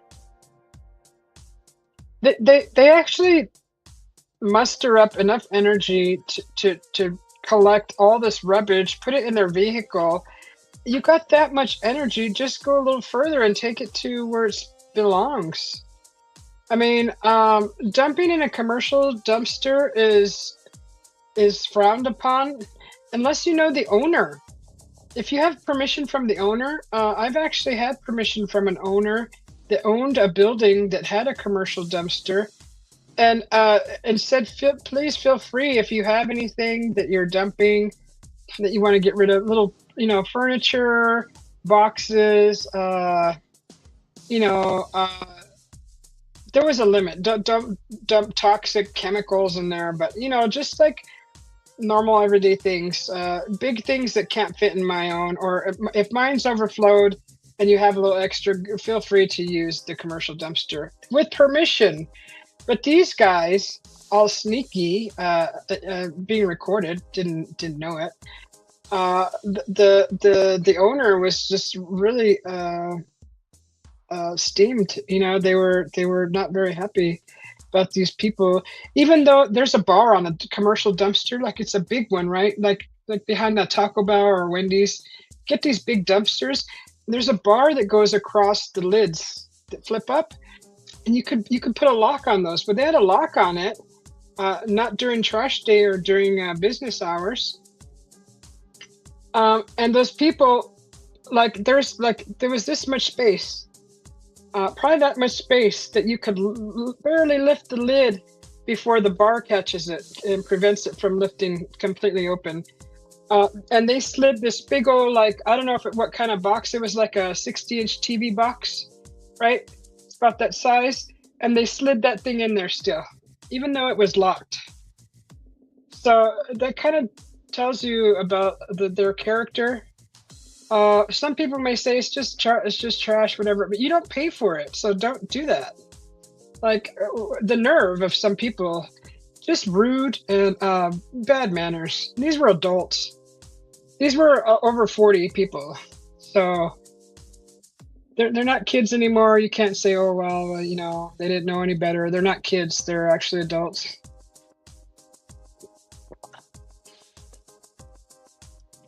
You can see TVs, refrigerators, washing machines, dryers, and just about everything beside the road. Head of haulers, creeks back on mountains, and so on. See, now that's too bad. I'm sorry about that, Roger. That's and nobody wants to look at that. You're driving in beautiful nature, and all of a sudden there's a washer right there, or an old TV busted up. Nobody wants to see that, and it's not nice. It's not nice. If you watch John P's videos, he said that's an actual areas where they actually dump trash, but it's so beautiful. Why would you dump all that stuff there? He goes there a lot, and he kind of rummages through all that stuff, which is, it's like treasure stuff. He gets metal from there, and he gets wires. He's found ropes. He's found old things that he's fixed before. But over here, we have a designated area that's called the dump. It's called the dump. And you walk, if you have a truckload, they weigh your truck and you pay for the weight. And it's not expensive. You're probably going to pay $20 maybe, if that, for a load, $10.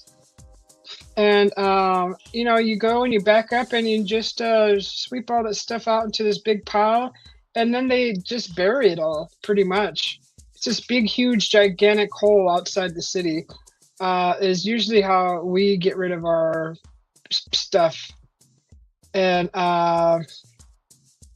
that's how you do it. You don't dump it in somebody else's yard or go dump it in nature like an idiot. And yeah, you are an idiot if you do that. It's not nice. No manners, and no class either. Some people just don't care.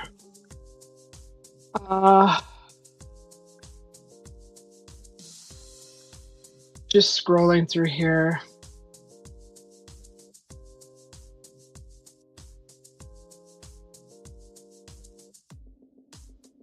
Weed treatment spray. Okay. There's so many animals on this site.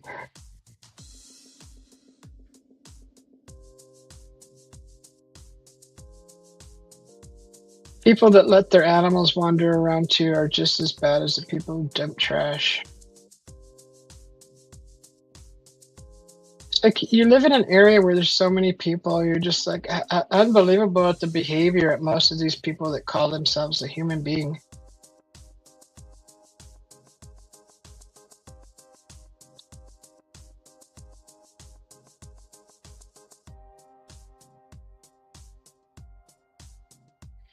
So I found the video of those two that came out and bothered this resident.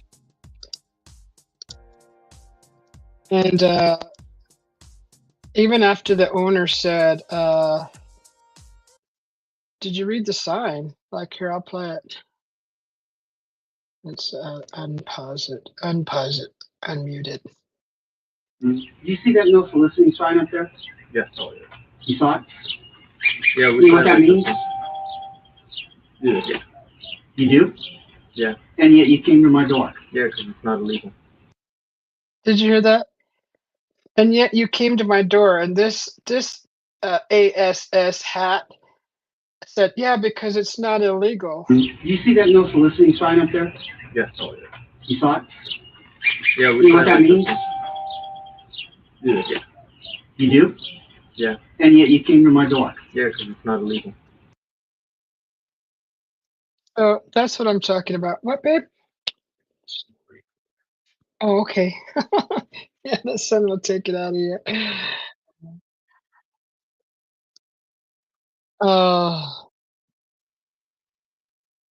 Yeah, that's the poor guy. The poor guy that is having to explain to these kids that basically in a roundabout way, why did you come to my door anyway? And his only response was, well, it's not illegal. That's not a response. That's not a response. That means that you're an ASS hat. And don't go there. Too bad there wasn't a dog that there. If it said beware of dog, you still gonna walk in there? I mean, it's no common sense. What's going through the brain of this person? They're so desperate to make a sale that they're willing to go to these lengths of ignoring the wishes of a homeowner. And this guy was actually fairly nice to these kids, these young gentlemen. These. I'm just being nice. But yeah, instead of opening the door with a barrel pointing at their face, some people just love their privacy and respect it. Don't, like, what are you gonna go piss people off for? You're already not gonna get that sale. Once you've ignored the sign, you think you're gonna actually get a sale? Or you think your silver tongue may persuade that homeowner into thinking that you're the sale of the year, the salesman of the year, and you're going to make that sale? I don't think so. Doesn't work that way. So there was a lot of controversy. There was a lot of people who were for kind of in the middle of the road, and some people were like, why'd you even answer the door? Because you want to let them know that you're there, because maybe they're there to see if anybody's home and they're going to break in. So that's why you answer the door, because you don't want someone to think that the house is not being occupied at the moment. That's another way. Just opening the door, and the guy was just trying to be nice and said, if you saw the sign, why'd you continue to knock on the door? And unbelievable, the answer was, it's not against the law. Are you freaking kidding me? Yeah, so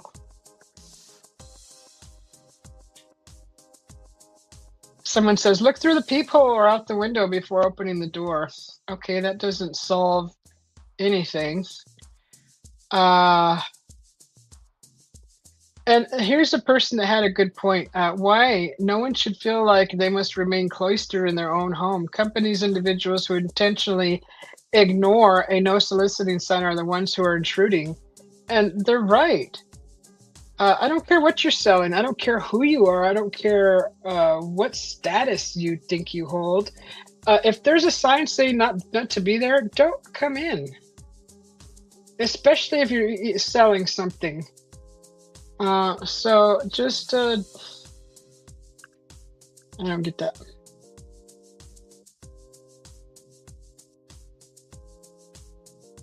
So yeah, there's also another response. Some people feel it is indeed a problem when others intentionally violate their express wishes to not be bothered by people wanting to sell things.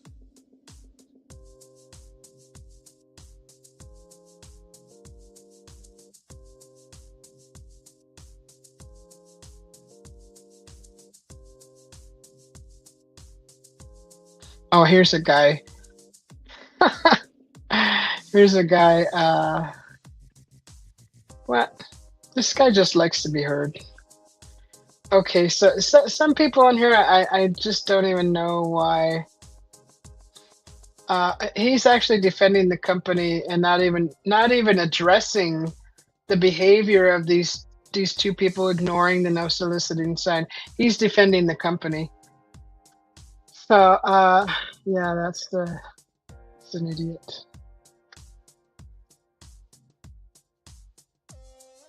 Oh, we figured out if you get those Jehovah's Witnesses coming to your door and they refuse to follow the instructions of the sign, we're just gonna open the door naked next time, and even bend over and show them a nice shot of the brown eye, because you need to teach these people a lesson that they need to respect your wishes. I don't care who it is. If you keep coming back, is that something the church is teaching you, to be bothersome and bugging other people and not respecting their wishes? How godly is that? So just an example. And it's anything. It's not just religion. You just figure out how to deal with each one of them.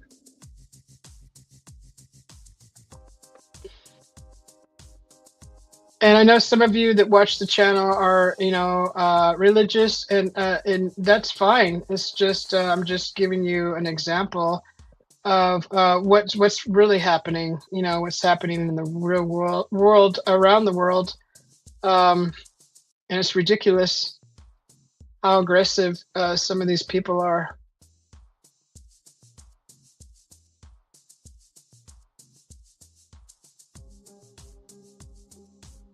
And I never really had to worry about this stuff till I moved into the city, and this is all the crap that comes along with it.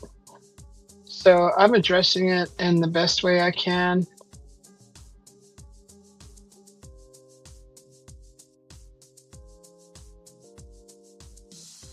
I really don't see anything else. I thought there was a few other things that I wanted to talk about.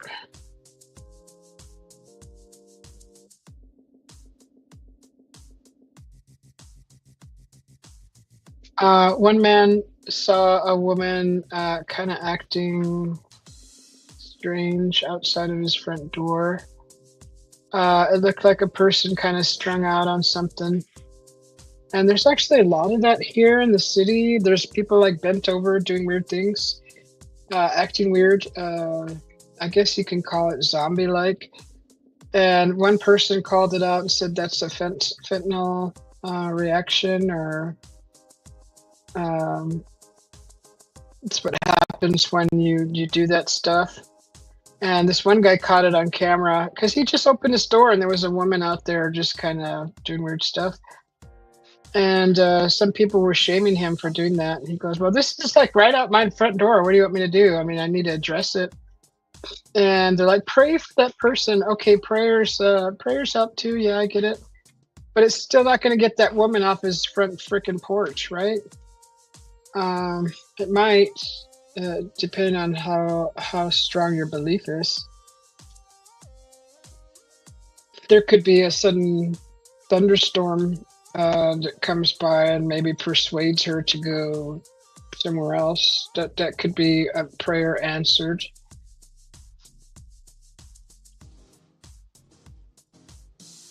But people like that, it's a lot of work getting them to even understand what's going on. And if you have that much time on your hands, all the power to you.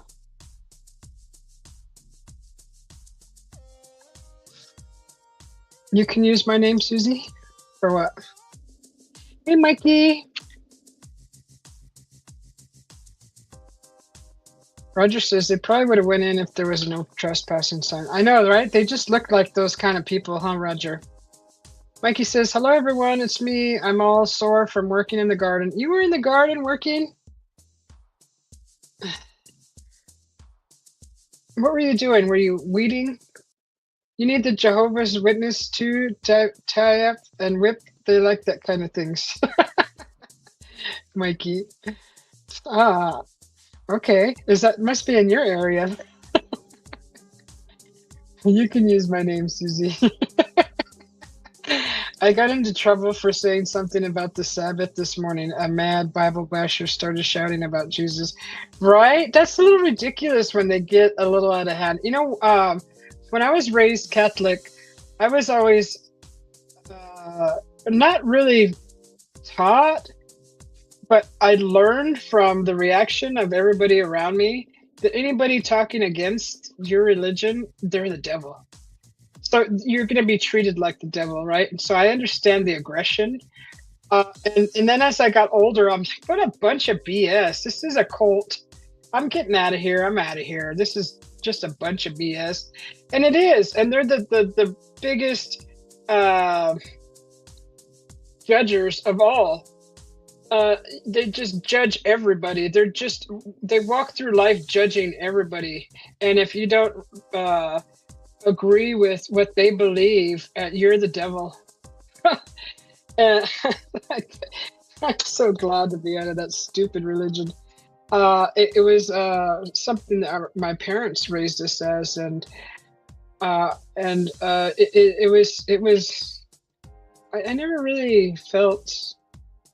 Honestly, I went to church for the donuts. They were $0.25, and I made sure I had that darn quarter in my pocket. Because that's the only thing I looked forward to was those donuts on that table waiting for me when I got there.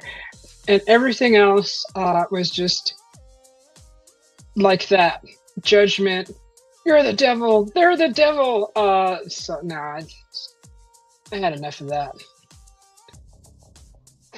Right, Mikey? They were probably told it was something else, and they didn't know, and then they got hooked on it somehow. Who knows? I could make up so many stories about that, but I honestly don't know. And why people do that kind of stuff and then walk around in public and act like a zombie. I don't know. Roger says, oh my God, LOL, I saw a meme on Facebook once of a woman dressed up in a dominatrix outfit. And it said, the Jehovah's Witnesses used to stop here every day, but not anymore. I mean, come on, why do we have to be so extreme to scare these people away? Do you think we'd like to do this? Do you think we really want to? It's the only extreme thing that'll repel these people. And you have to literally offend them to get them to stop. I'm sorry, you're being aggressive. You're showing the aggression on your side. Here's my kind of aggression. Here, have a taste of my type of aggression. Don't they see that? Like, they're so taught and brainwashed. I don't know. It's just ridiculous.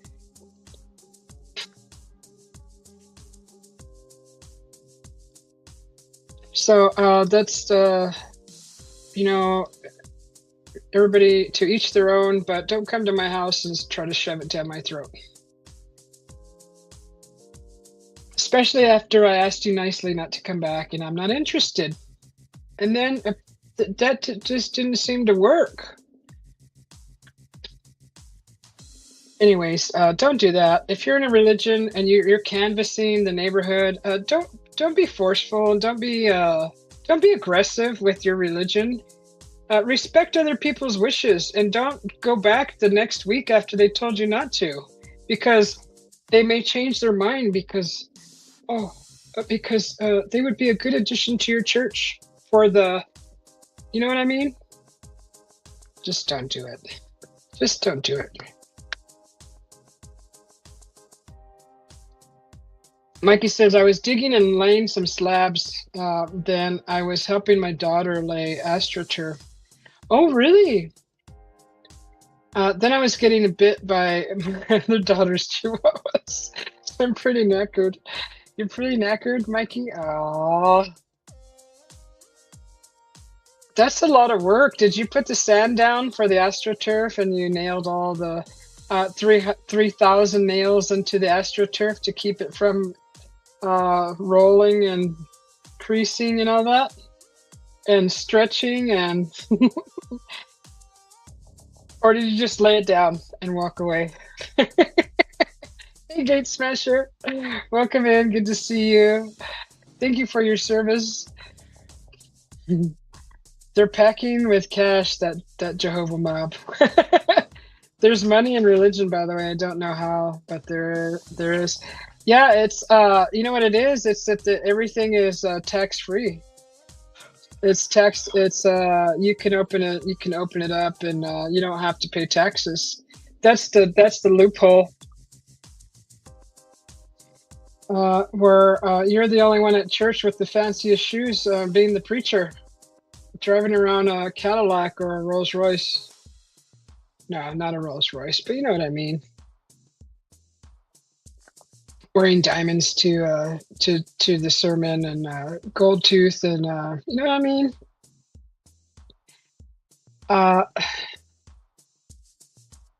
If you can't see that, then you're brainwashed. You're just too brainwashed, and you deserve to be there. Unless you're a Zion Coptic Church of Jamaica. Yeah, man. Right. I'm speaking from experience. None of this is, I'm not making any of this stuff up. We did have two elderly women, and how do you tell them to go away in a manner that they understand? I tried being nice.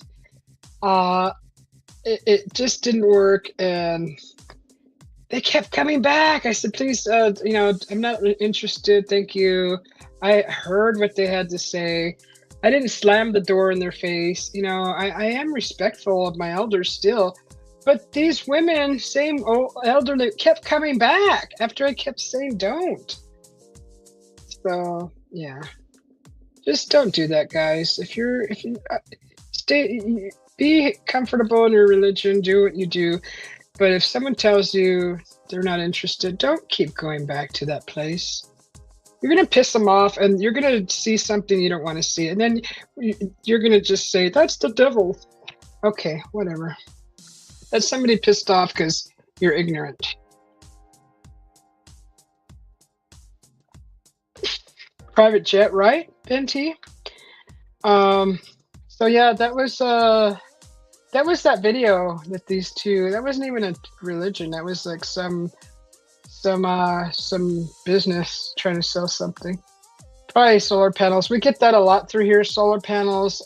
Usually people who canvass the neighborhood for painting the address on the sidewalk. I did my own because I got tired of being bothered by someone else that could do it, that wanted to do it, and I just went and made my own stencils. Did it myself. So that way that they. An artist lives here, I'm gonna show it, right? So anyways, don't bug me with your stuff if I'm capable of doing it myself. Tell the ladies stories about your friend Bentas. Susie, I was just helping her boyfriend. It was a 7 meter by 4 meter roll. So I wasn't manager. I just stopped my own garden work and jumped down there to help out a bit, but I overdone it today. Busy, but it was nice, you said, huh? Nice and warm and sunny. That's a lot of work though. And you took time out of your garden time. Oh, you must really like that kid. You must really like that kid. I stopped gardening for no one.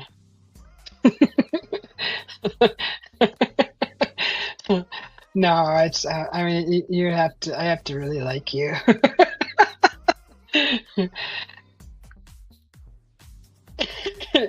Geese Smasher says, I invited them in. I made a pot of tea, made a spot on the sun porch, and we talked for around 6 hours. They spoke on theirs and I on mine. They never returned. Oh, okay, that's nice. 6 hours though? Maybe that's what made them not return. They were gonna be afraid that you were gonna take up 15 houses that they could have went to. Just, these people are pushed to bring money into the church. This is why they go out and find. What they should be doing is go to the freaking AA buildings, the halfway houses. Maybe they do. Maybe I don't know. And go looking for these people searching for, just a better life in that way. How many people do you know that said, I walked into a house and I felt like I needed a Bible? If you're gonna give your power to a book, where I think we're more powerful than any book ever created on this planet, then that's just what you choose, right? So I never felt like I needed to protect myself with something other than didn't come from my person, my own. You're in charge of yourself. So don't give your power away like that. 6 hour. You were bored?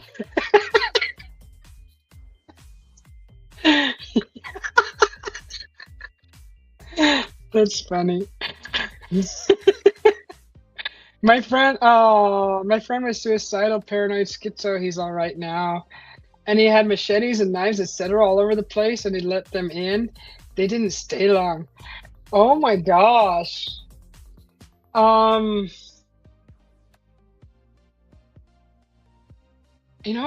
wouldn't let them in. I wouldn't let them in. Only for the reason of, what if they're not really people from the church? I mean, you don't know. A city like this, that would be a perfect ploy for a home invasion, right? Just put in, if the person the resident of the house is probably never going to be seen again, and this is your whole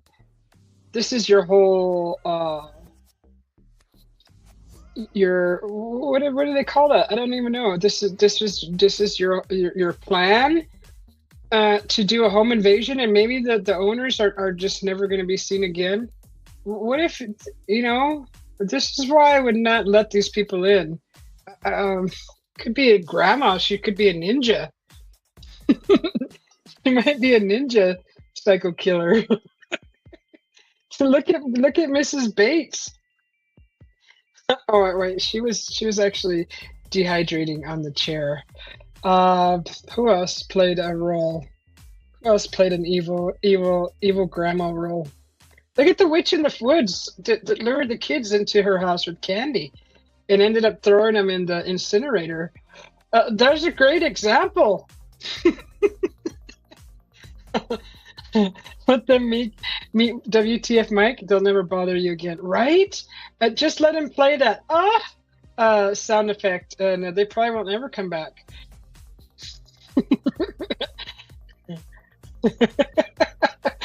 The mistakes you make here will affect you when you're gone. It's more than a book; it's a belief. Indian Boogie, thank you. I don't. Okay, I agree. It is more than a book, but some people, they just need to be taught manners. They need to be taught how to be good to people. They need to be taught not to steal, not to. If they need that book to learn all that, then more power to you. And how to treat other people nicely. I had good parents. I was raised very well. If we stole, we got the crap beat out of us. We couldn't sit down for a week, so we learned our lessons. We didn't need a book for that. We didn't need a book to teach us not to steal. When we did steal, we were punished severely. A book is not living it. You need to live your lessons to understand them and know not to do them again. A book, you can read it, it could teach you what's right and what's wrong. But if you don't live this and experience it, you're not going to know from memory what happened to you when you did do these things. So that's just how I feel.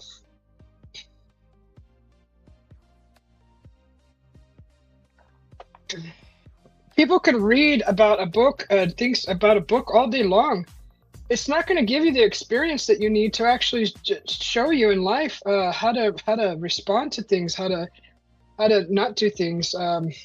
Living your mistakes is the best experience. Gate Smasher says, I was recovering from a knee operation and the wife worked 12-hour shift in the country. I think I scared them away talking about the Creator, Jesus Christ, and Jehovah Buddha and much more. Lived in the country and I was bored. I didn't learn from a book. I was born and raised in a hood, something you may not know nothing about. Indian Boogie, I did grow up in the hood, and that's where I learned all my stuff. I am very street smart. I lived on the streets. I ate out of the trash can. I ran away. I lived in the darkness. I slept on a park bench. I was in drive-bys. I lived around gangsters. So yeah, I do know a thing or two. So yeah, it was rough, and yeah, I have lived that kind of life. Otherwise, I wouldn't be so like.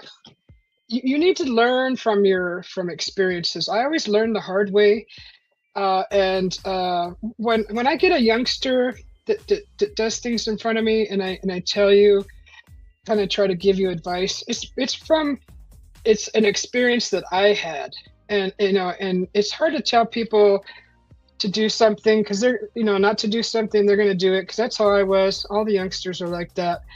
It's better off let them make their mistake, let them get their finger chopped off, whatever, let them dress like a gangster and be shot at, let them try to go steal from the store and see what happens.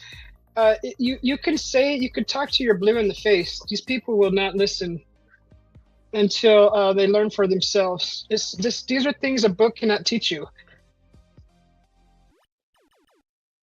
Right. The parents didn't play with excuses back in the day, and we got beat bad. I mean, this wasn't a little, they were afraid to really discipline us. This was a full swing, like you're gonna hit a home run on the diamond. On the baseball diamond. This wasn't a little tap on the behind. This was freaking a full swing with a belt at the attached to the hand, or a wire or a stick or whatever was close enough to do the disciplining. So I don't speak lightly about these things unless I've been through them myself.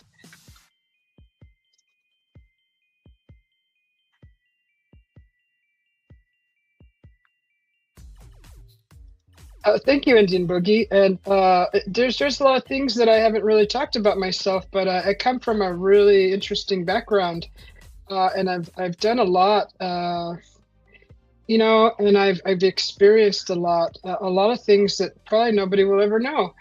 But I do understand the hard life. I haven't always been given things. I've worked for everything, and I understand the value of working for what you got.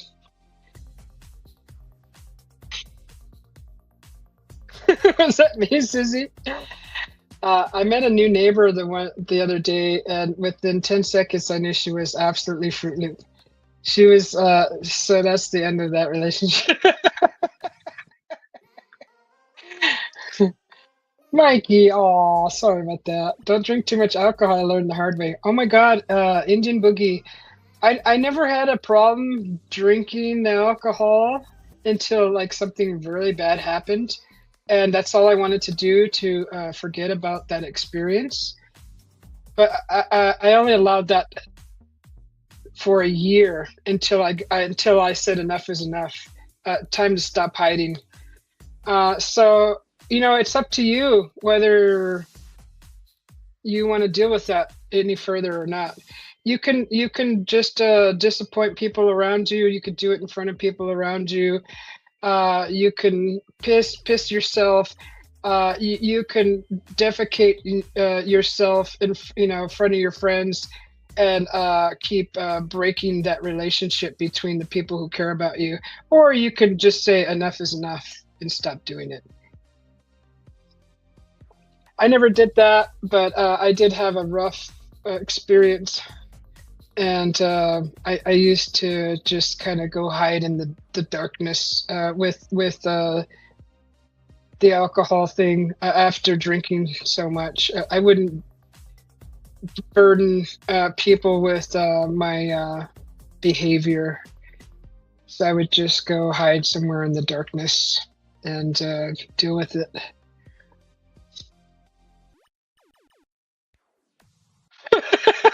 The fire poker? Oh my God, my mom didn't go to that extent.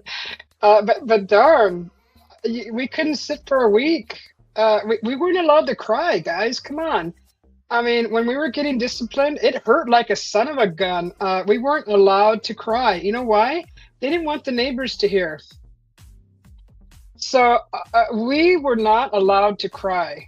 And this is how we grew up. We grew up tough. And when you see me cry, actually, when my siblings first saw me cry was when my father passed. And they all looked at me like, "Oh my God, she broke the code." Yeah, hello, Papa. Papa's passing. He just passed. Yeah, I'm gonna break that code. Screw your code. I'm breaking it. And so, and it's just been like that ever since. They're not afraid to show their tears. So that's another personal thing. But still, this is how it was in my family. We weren't allowed to show our emotion. We weren't really huggy feely kind of people either. So that's just how I was raised, and breaking out of that has been really hard. Okay, close my door. Everybody's gonna nap in the house, so I gotta simmer down. Simmer down. But yeah, some people, you just never know what they've been through. You can't just judge them by how they look. I'm still very rough and tough. I'm kind of glad I don't have a family, because I'm afraid that I would probably reproduce kind of behavior that my mother had with us, and that's probably not normal. It's not very normal. As I got older and realized, hanging out with friends, that their families were totally different.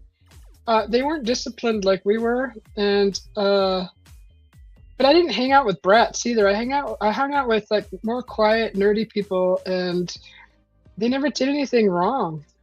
And if they did, they didn't get caught. uh, it was kind of like that. Anyways, what else is going on in the news? So when you see me kind of being kind of cold, and it's not that I'm cold. In my mind, I'm feeling very remorse, a lot of remorse. I don't respond to it normally like other people do. I do get emotional also, but just because I was raised not to make a noise when we're being disciplined, really hurt pretty bad, actually. Uh, it does something to you as you get older. So John Pease is the best peas. Hey, brother. Uh, so that's just a little bit about my past. And I don't put up with BS either.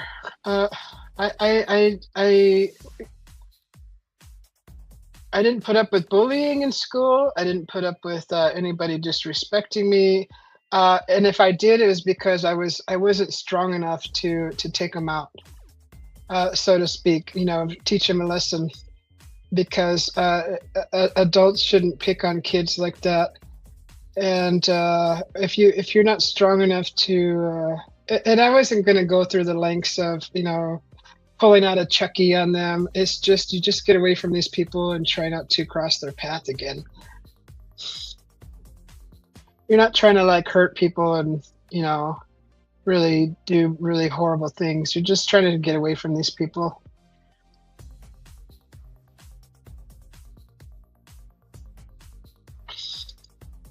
But back to the solicitors coming to the door. Don't do it. Stop doing that. There's a lady spotted knocking on doors and looking around for packages. And they're like, how can you accuse her of taking packages? And then two other neighbors from the same area pulled up camera footage of the same woman doing the same thing.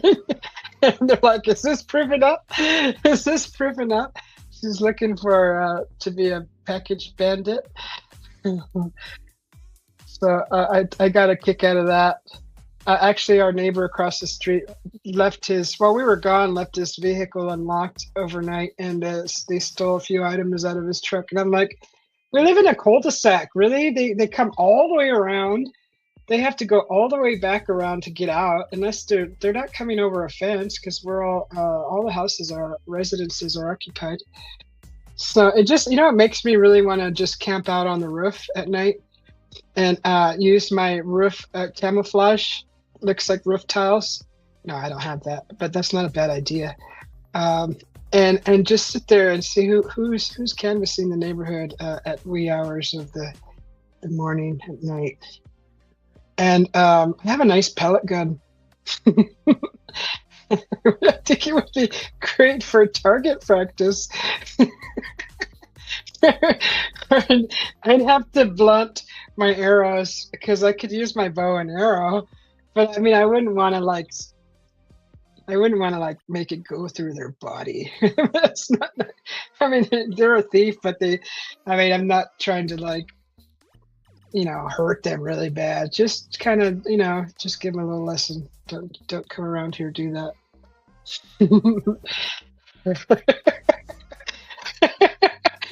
Looks like I would be canvassing the neighborhood.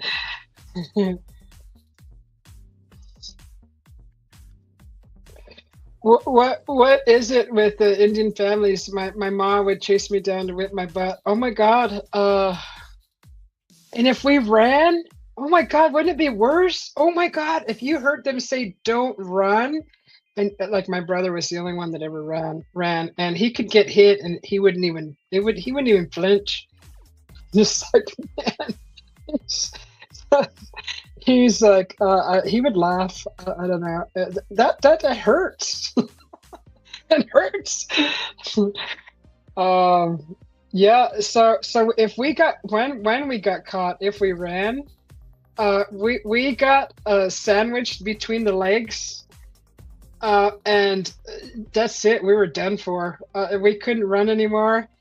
My mom was very strong. Oh my God. But yeah, that's not fun. Yeah. Happy Mother's Day to all you baby makers from Ben T. Aw.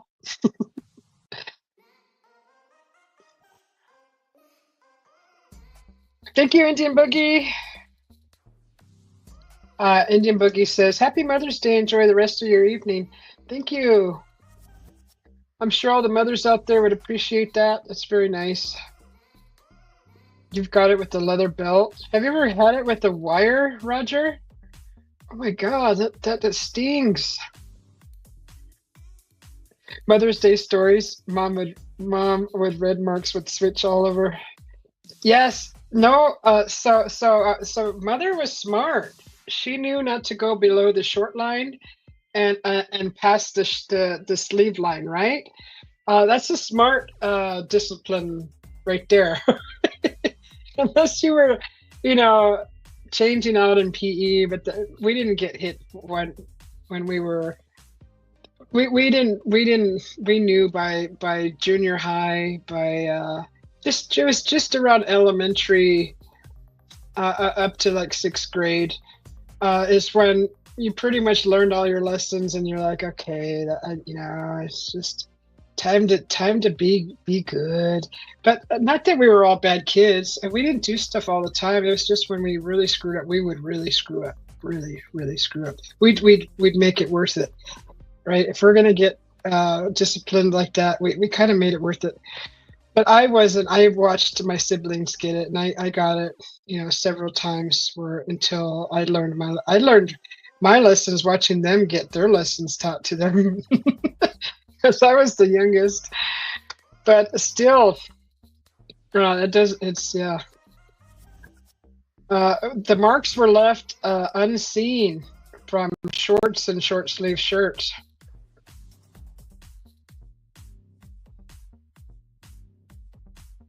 That's a well thought out punishing. That's very well thought out. Oh my gosh.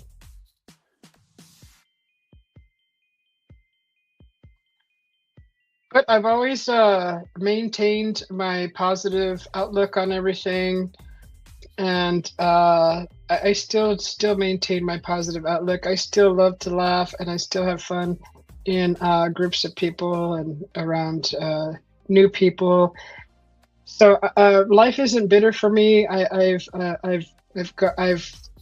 figured out how to look past all of that and not drag it along with me, and just let it go. But I still do react to a few certain things. I do have reactions to it. Then probably it's the past coming out.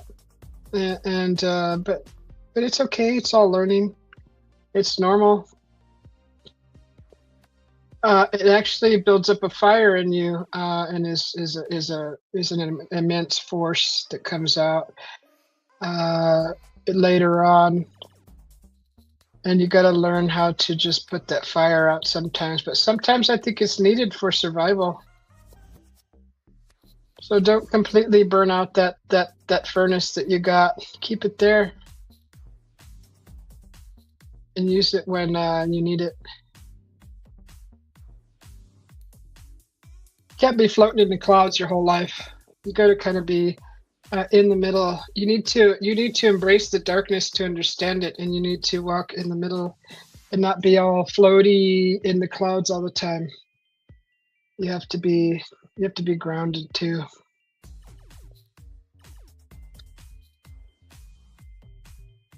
You didn't want to get hit by your dad. He took his belt off. You knew. Oh my God! Right? That jingle. You remember that jingle? You knew that the shit was going to hit the fan. Everyone ran for cover. Right? Every kid for themselves. Indian Boogie says, I ran from my mom one day. She threw a can of starch and broke my elbow. I never ran again. See? There's nothing that angers your parents as more than you running. Oh my gosh. And my mom used to, if I was on the ground looking up at her, she had this disciplined face, and like her whole jaw would go like that, and her eyes were like psychotic to me. I mean, she wasn't psycho, but it was just like that's the fear, just that face, and you're like, oh God, this is gonna hurt. This is gonna hurt. You joined track when you got older. I was a state champ. I asked what was my motivation. I said my mom chasing me for something bad I did, and that made you realize you were a great sprinter. Right? Susie, you must have messed up lots of times. You know this subject really well. Well, I seen it a lot. Yeah, honestly, like I didn't do a whole lot of things. I actually ran away when I was younger. Uh, so it was to the only thing that I really did where I saw like the belt coming off, and I don't remember what I did the other times. But it was my dad, and you don't want to get disciplined by your dad, by my dad. Mom handled all the disciplining, but when dad had to, when she like gave the reins to dad, you knew that you were probably gonna wish you were dead instead. You wished that you could be like this small and nobody could see you, and there's nowhere to run. Where are you gonna run? There's nowhere, and you're so screwed. But like I went over to a friend's house. I had told my older siblings that I was going to do that. They were in charge of me. Okay, I told them after school I'm running over to so and so's and I'm going to have dinner over there. Okay. Well, did they forget? They must have forgot to convey the message. So when I didn't come home from school, of course I knew I told somebody, and went and had a wonderful, lovely dinner with some friends, just right around, literally around the corner from our house. And when I came home late, it was dark. We're usually in by dark. Uh, I was like getting a third degree from everybody. I was like, wait, and we couldn't argue. We weren't allowed to argue. So I just said, you know, I looked at the person I told and gave them the look. They didn't back me up. They acted like I didn't say anything so they wouldn't get in trouble. So, you know, it all fell on me. And then I was like, I'm out of here. It's gone.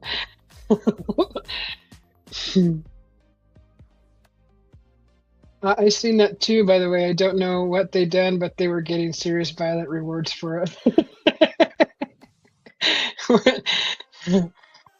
If you missed dinner at my house, someone got extra. Really? Yeah, it was a wonderful night, and I was walking home all content. I was like, I had a great dinner in my belly. I was on my way home, and as soon as I walk in the door, it's like all eyes on me. I'm like, oh my God, I am gonna die.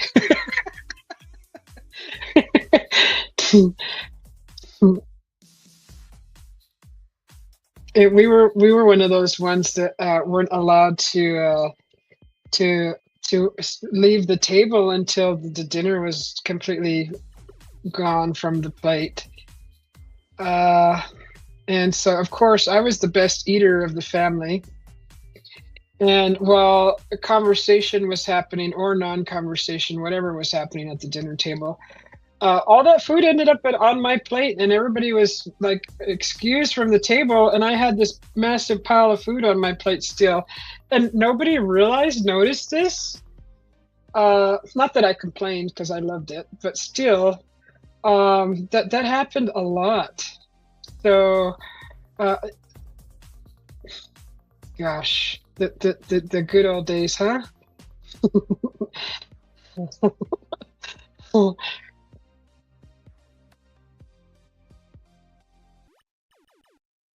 But yeah, I could imagine that mothers go through a lot raising a family, and the ones that are single, even more so. That's a lot of work. That is so much work. Thank you, mothers out there.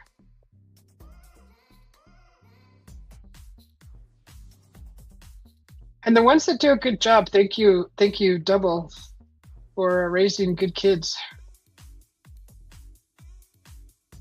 The ones that didn't do a good job, thank you for trying. It's not easy, especially the ones that are single. It's not easy. It's not like raising robots where everybody does what you say. There's always a rebel in the family too. Remember, I'm 15. If you miss dinner, you miss dinner. Oh, right. Uh, we weren't one of those families where if we did something bad, we would miss dinner. That's something that my parents never took from us, is the privilege of eating. So that's one thing we never had to experience.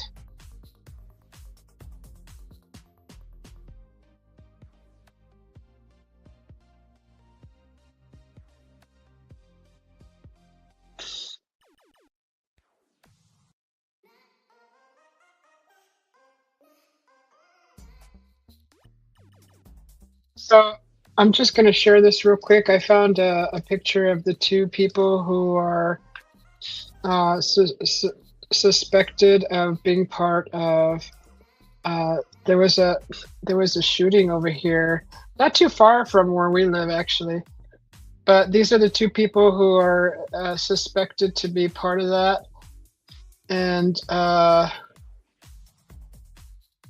it was persons of interest. So I don't know why people would do that, but to do that to innocent people, that's probably there's something going on upstairs that's it's not working very well. So I don't know.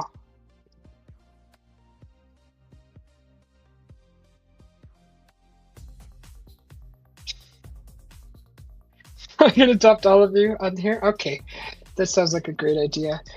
Gate Smasher says my mom was surprised that I turned out okay after taking the punishment for my little brother. Oh my gosh, right? Oh, see that's nice. To take the beating for the little one, so you don't have to watch them get hurt, huh? And cry. I get that.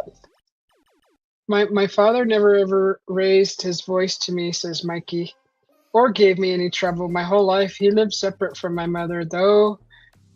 Um, but he was Russian. He just wasn't like that. Aw.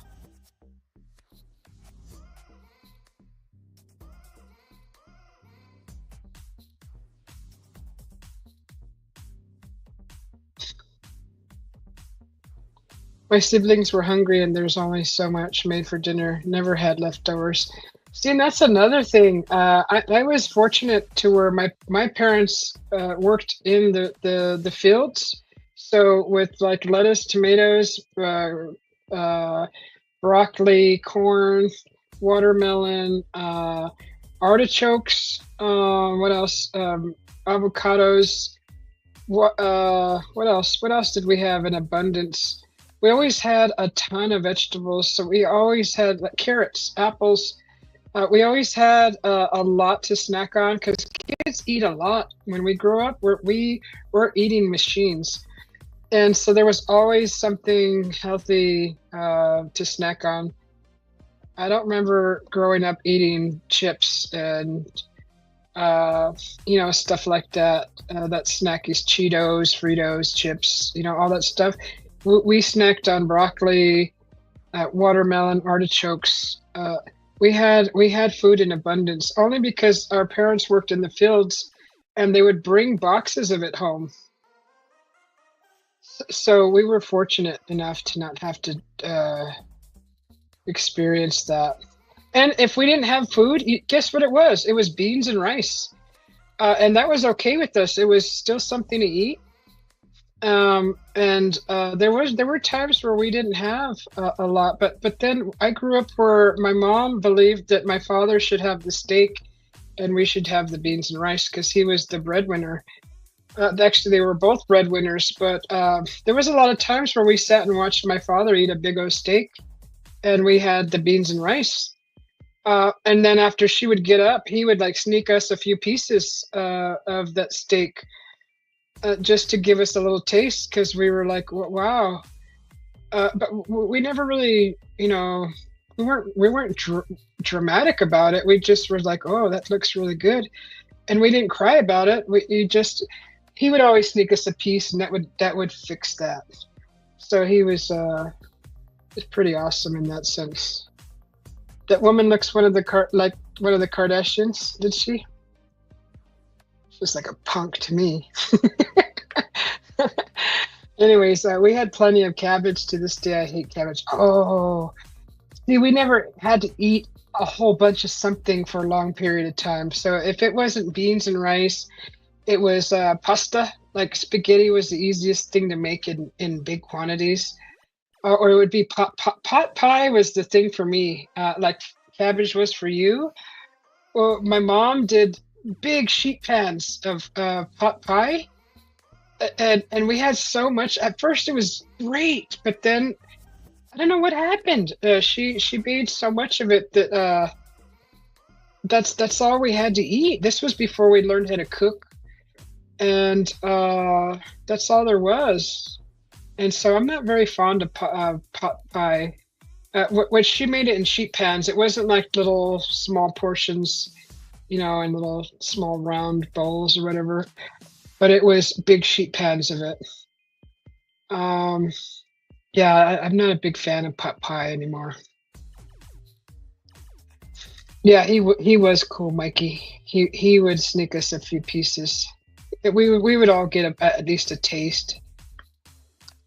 Roger says, my grandparents on my mom's side of the family was sharecroppers. They canned what few things they could get and make do. Yeah. My mom also canned tomatoes. So they also worked in the tomato fields too, and they bring home a ton of tomatoes. And I don't know where she learned it. I think she learned it from my dad's mom, my grandmother. She was the Aztec. I think that's where she learned how to can. I don't know if she learned from her own mother, but she learned it from one of either her mother or my father's mother, my grandmother, or my grandmother. My grandma's on both sides. I think she learned it from one of them. But she always had canned tomatoes. She'd can salsa, she'd can peaches. What else did she can? So, like, I wish we could have had like canned okra. I like to can okra. I love okra. We didn't eat a whole lot of that. That was something I decided was my favorite later on in life. Keith Smasher says, to be fair, when I got home and dinner was gone, I didn't want to go out and kill a chicken. I'd wait for morning.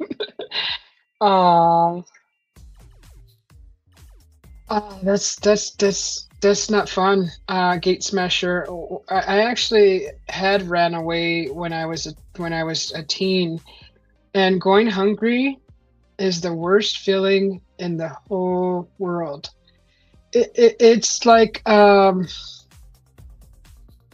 you don't know what's going to happen to you when you don't eat for so long. That kind of, that little bit of that part worries you, but the most worry is the feeling of hunger. That's the worst feeling ever. And you become very humbled when you don't have these things. You become very, very humbled. And it's not something that I don't know if a lot of people experience that, but going hungry is a really horrible feeling. Oh, there was more food when the more bodies left the house, right? They must have been the bigger eaters, huh? Yeah, when you see people stashing food, those are probably people who have gone hungry and are worried that they're going to go hungry again. So that's just kind of a little thing I want to share. Stashing food, especially if you have roommates too. I mean, some roommates, they just don't care. They'll eat your food and they don't replace it. Like if you have a roommate, guys, and you're out there and you're listening, if you're going to eat somebody's favorite mac and cheese, go make another batch and replace it. Don't just sit there and be nice and full in the stomach and be all satisfied and not have a worry about where you got it from. Replace it. This is very, very big with roommates. This one guy invented a special canister for his ice cream that can't be opened unless you know the science of the metals. So his roommates won't eat his ice cream. I mean, if you have to go through that length to protect your food, then it's still happening between roommates. So stop doing that, guys.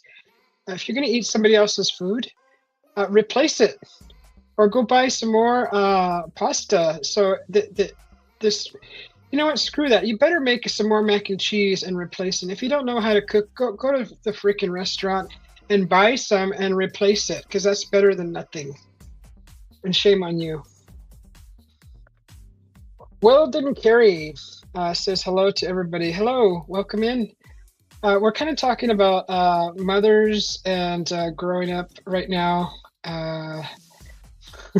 Discipline, getting the beat down. So that's kind of. I'm on the last drops of my coffee.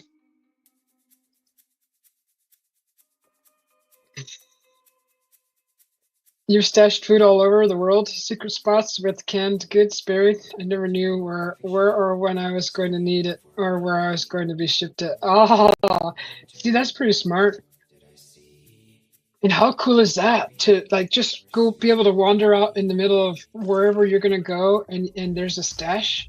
You're like, oh, that's the best thing ever. You didn't have to pack it in. It's already there. No, that's a great idea. Gate smasher. And from what I hear, chow time was like you didn't have the luxury of time. You had to get in and get out, right? Or is it changed?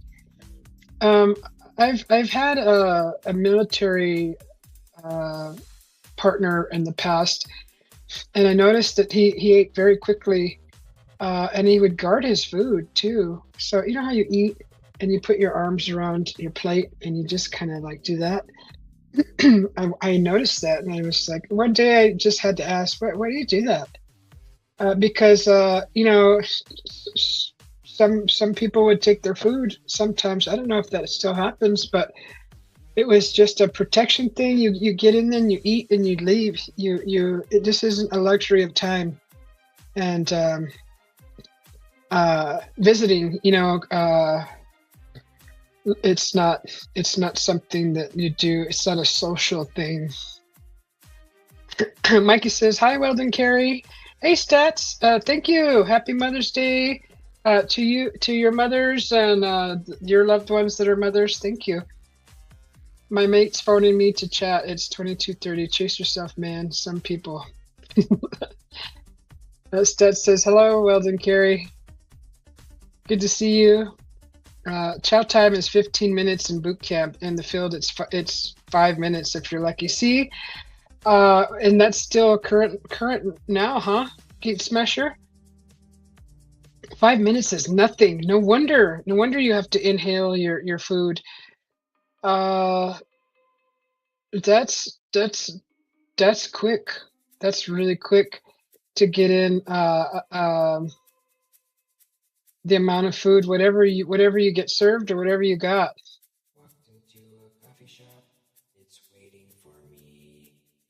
You've got a gallon just stashed different places. Roger's got moonshine stashed. He's like, screw the food. I'm having my liquid pork chop.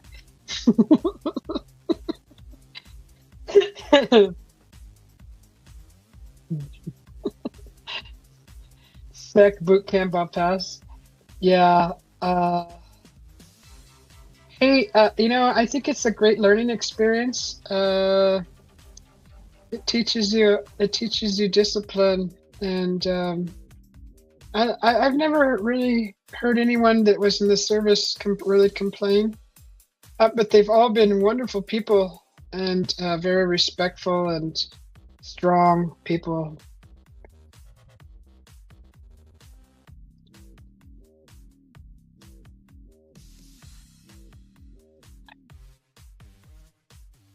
Let's see, one new notification. What is it? Okay, what's your opinion? Is this about the Walmart water? Okay. Here's something. What's your opinion? Oh, this was yesterday. My family goes to Popo's Mexican restaurant off Bell. So they provide they provide free chips and salsa. We like the salsa. So they refill them, chips and all. Now, after we are stuffed, we take our leftovers home, and when we ask to take a bowl of salsa to take home, we are told we can't. But they will give us 2 small, tiny cups of salsa home. But management said we were not allowed to take it home, only with small cups. They're going to throw away the salsa, right? With what's stuck to our plate. So why can't we have it? This gets me thinking. The new owners change a lot, and we definitely can taste it in our food. Not the same. A lot of new staff. So what's your opinion? Learn how to make your own freaking salsa. I'll make it for you. We'll do it for $2. Now, a nice jar of homemade salsa. Back in the day when I was working for a restaurant, that's like cost $10, and people were gladly paying that for a jar of homemade salsa. That's my opinion. Learn how to make your own salsa, and don't be bothered by the restaurant not giving you their salsa. He's obviously he's complaining about the new owners and the food tasting different. Don't go there. Go somewhere else. I don't know. I can do. I've actually made some salsa on in one of my lives. I think I made a green salsa. I even toasted the chilies and everything. And salsa is not hard to make, guys. You can get canned tomatoes if you don't want to stew your tomatoes. Some people blanch their tomatoes. They just get boiled water, pour it over it, peel the skin off, and chop it up. You can put. You can blacken your tomatoes on a grill, and your chilies, your onions, and your garlic, and throw that all in a processor with cilantro and a little salt, lemon, lime. You can put crushed peppers in there, blend it all together, and boom, there's your salsa. If you like pico de gallo, just don't put it in the processor. Just chop everything together, and onions, tomatoes, cilantro, a little bit of limes, lemon if you like that. It's not hard. Stat says correction officer school has timed meals too. Get your grub and move. Oh, really? Happy Mother's Day from John P. to Stats. I had kids when I was 21. That was my boot camp.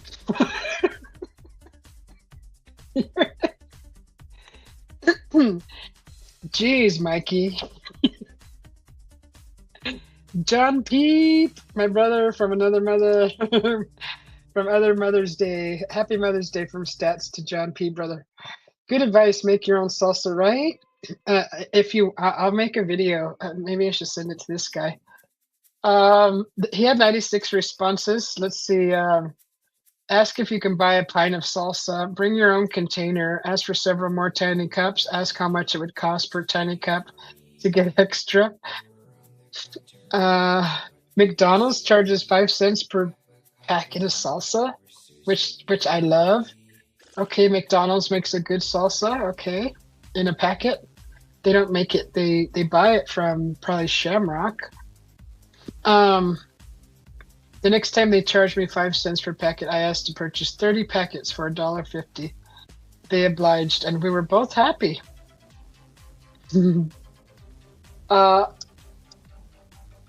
Yeah, maybe I could do a side little business and sell salsa. This stuff is like easy as sleeping. Let me see. I have actually been to a Mexican restaurant that charged for chips and salsa if you wanted some with your meal.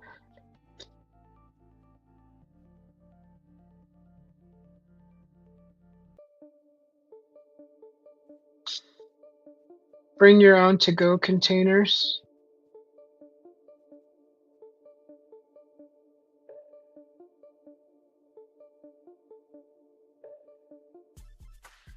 Nobody is saying learn how to make your own salsa.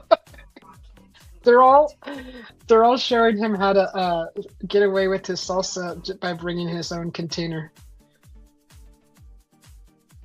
Oh, somebody says my personal opinion is you're abusing the complimentary appetizers. Okay, this one guy says petty discussion. Where are we at?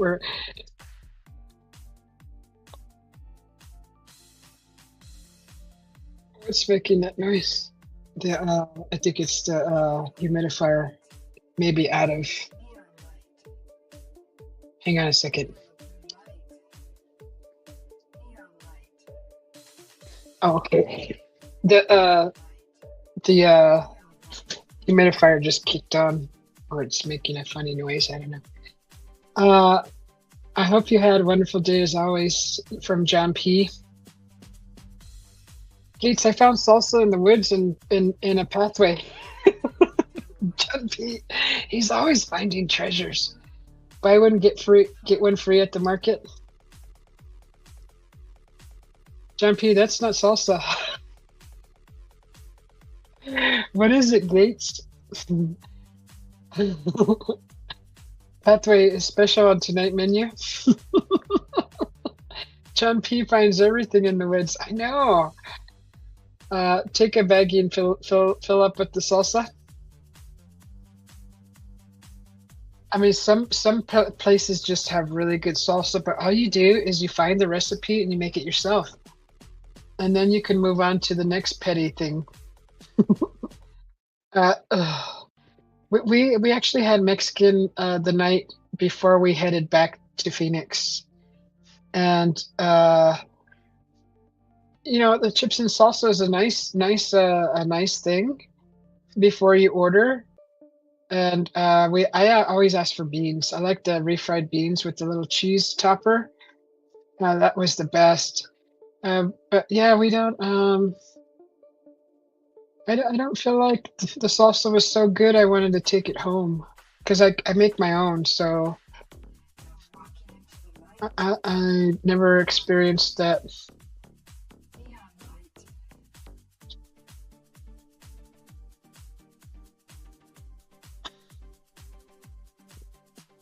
Oh.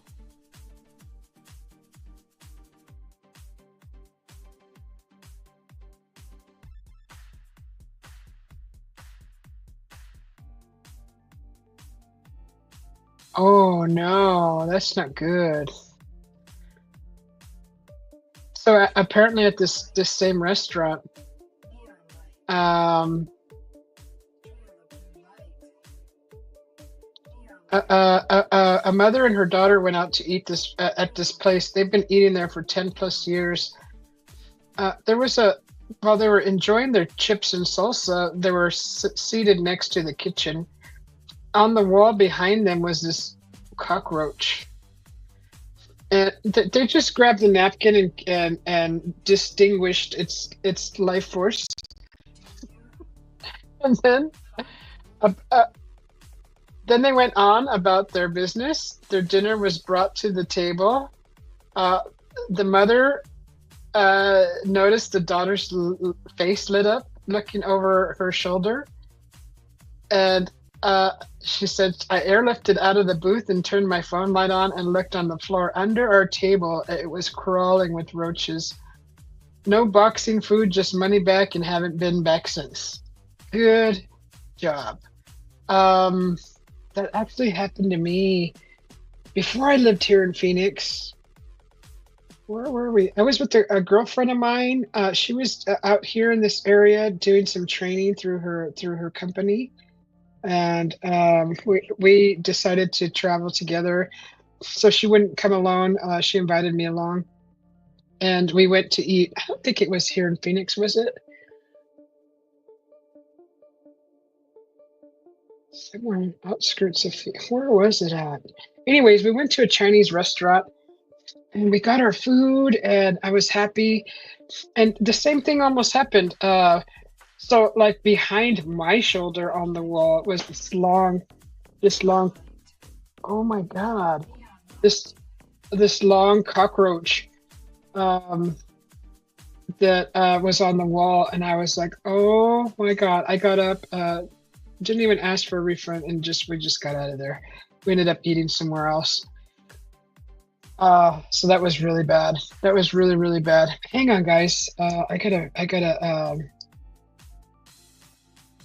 do something real quick.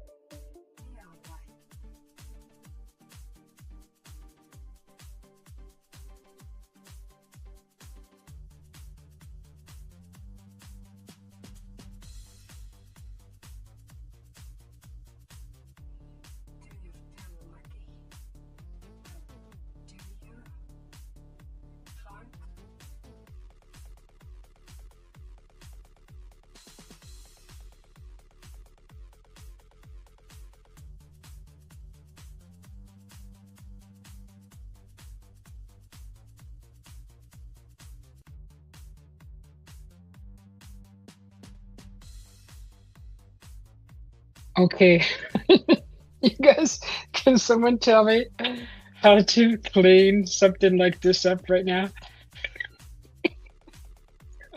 This literally just happened. Hold on. Look at this. You see that? So this is literally under my desk. We're looking under my desk. You see that? And I just happen to be barefoot. I am barefoot. You see this? What's going on? You see that? This just happened. You see that? You see that? I'm like afraid to stand up because all this is underneath my feet. You can't see anything? Let me shine the light back here. Okay, you see that? You see that?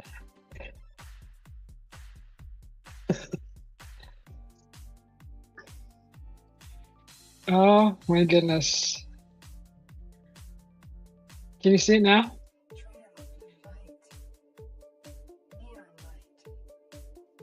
You see all that? That probably cut my foot. You see that? Oh, it's a small screen. Okay, hang on. Hold on. Oh. Okay, you see it now? You see that? You see that? Oh, ouch. Can you see it now? So this is not supposed to happen. So if I can figure out how to get up off my chair away from this, I already got glass on my feet. That's not good. That's not good. It's glass. It's all broken. That just happened. I'm like, uh-oh, what just happened? So yeah, this is supposed to be unbreakable. It broke. So you know those mats that you get underneath your chair? I got a glass one, right? It's rated unbreakable. Using my Buddha vibes, you got it. I'm doing it. I'm gonna walk on glass, guys. So I gotta address this right now.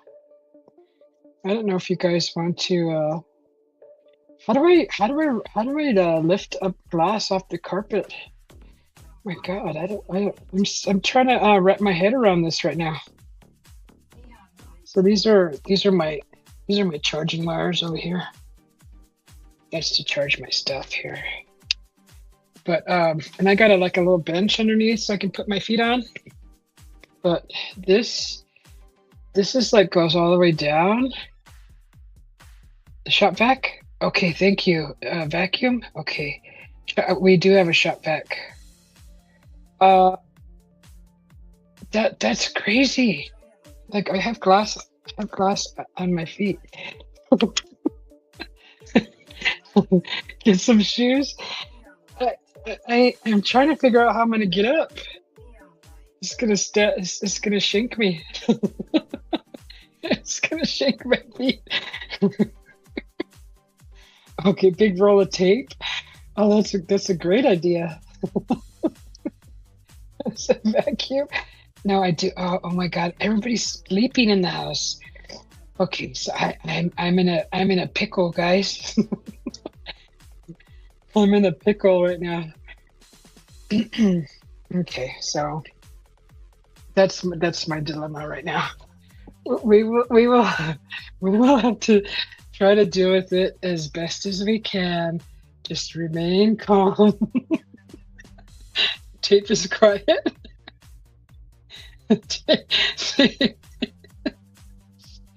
Don't make me laugh. Don't make me laugh.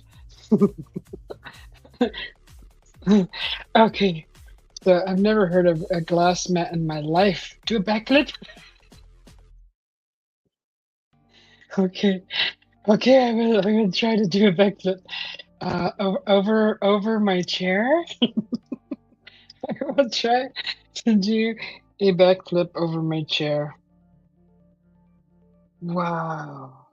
You know what? I think that the corner of the chair was on the edge of the glass, and I think it agitated it enough to shatter it. I think that's what happened.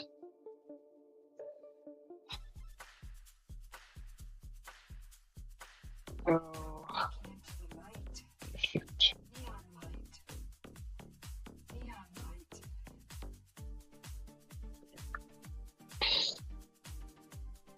Let's see. Am I gonna do this? So I can't roll in my chair. God, my husband's gonna freak out.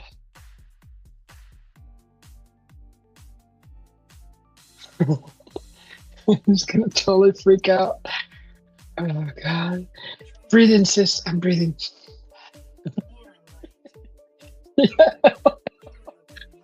Yell help? Are you kidding me? Bacon is ready. They'll come running. Okay. Oh my God. Oh my God. It just like went, oh my God. Just went. I'm getting nervous. I'm getting hot.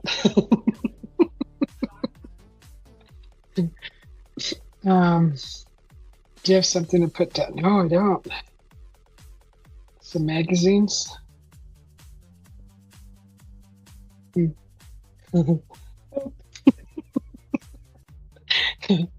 I'm just kidding. Right? See, you would, if I woke up my hubby,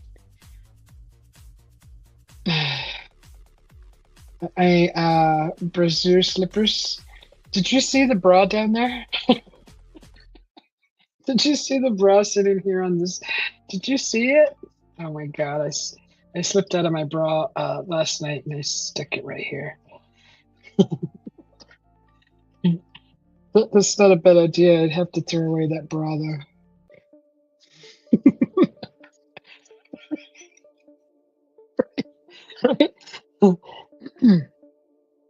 Okay, I'm gonna attempt to get up and oh, my chair spins so I can spin around.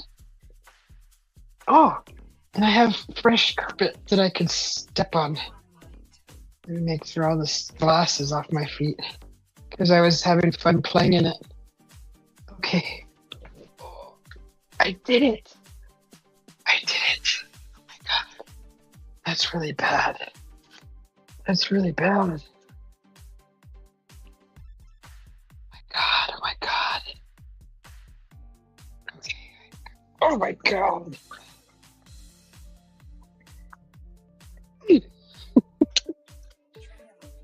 Holy moly. Will the glass mess up a shot pack? Should I? I was sweaty and nervous. Like I just did something bad. I'm gonna get a beat down. I'm like,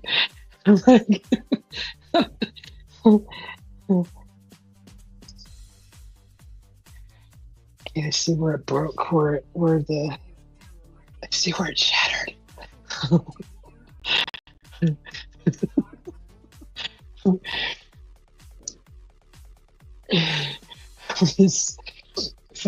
I feel like I'm gonna get the beat down. My hands are all sweaty. I'm slipping. I'm all nervous. Okay, hang on. Oh God, it's freaking hot. I'm gonna be in so much trouble. By who? Nobody, Susie.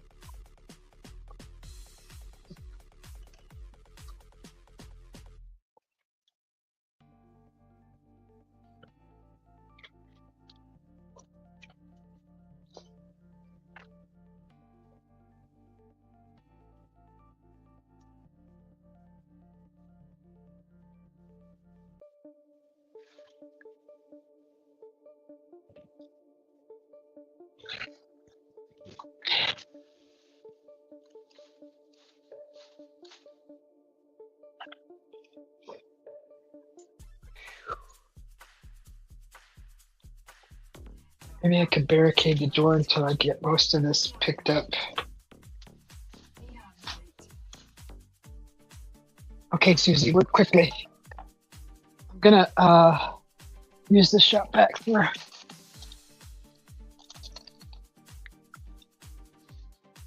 the big for the smaller pieces. And do the best I can. Pick up most of this before my hubby comes in here.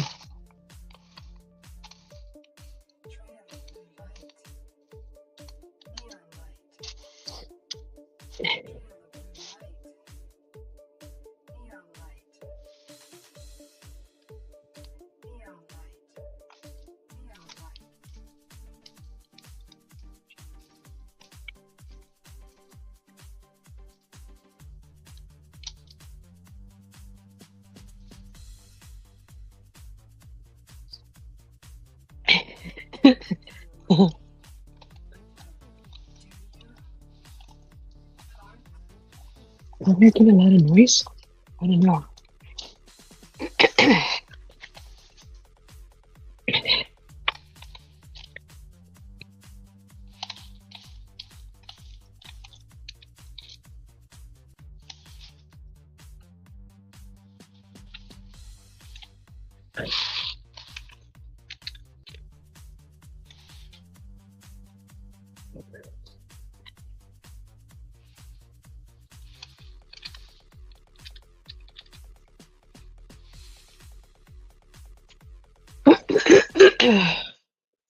Excuse me.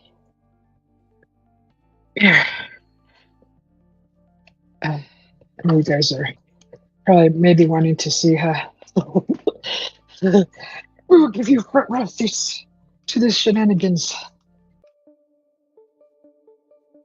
Let's see. Let's see.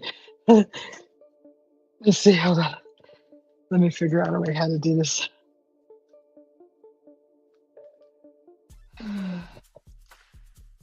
Let's see, maybe like that.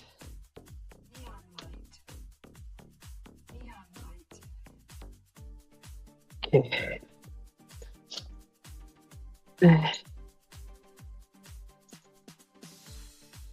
Take that off.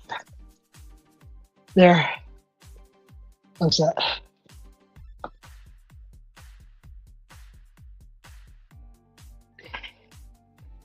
Okay, that's probably better.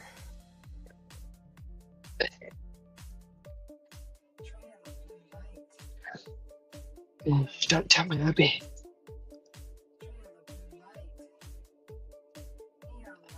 Oh, glass will not mess up the shot back. Okay.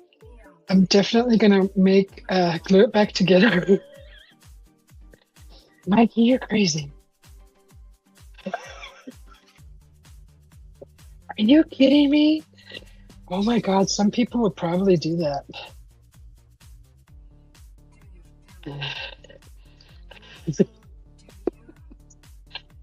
Okay, so I'm definitely gonna get a refund on this glass.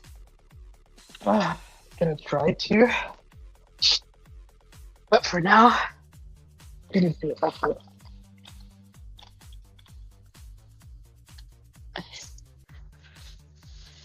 So we're gonna pick it up. I already got half of it picked up, guys. We're trying to get this next.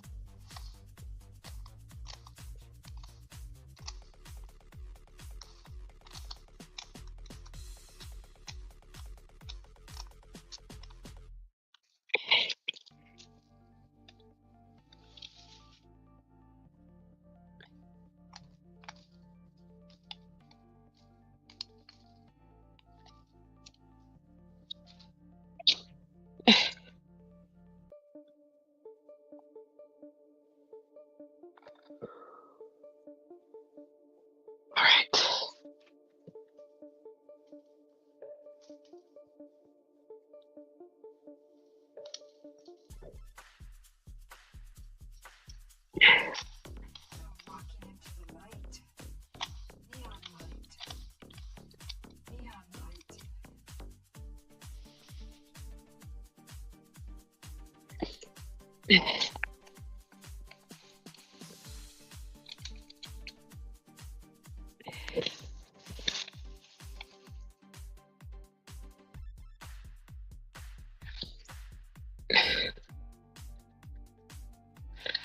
Memo to self: do not stand on glass with bare feet. Right?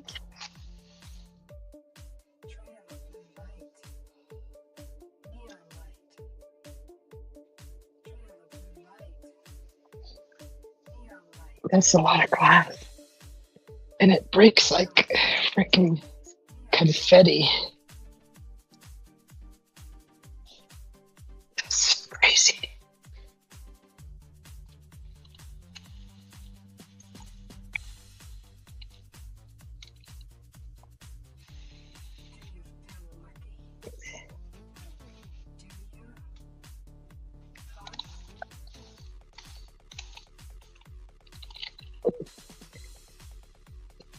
You're lucky. Well, do you, punk?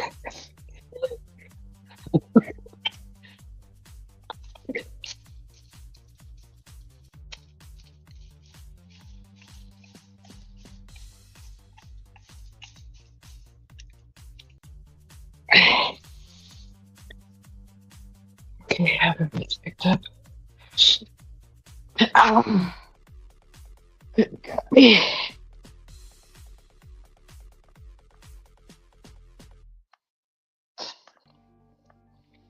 All right, I go get some shoes.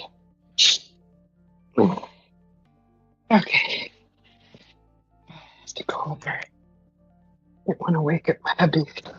I'll be quiet. Should be quiet.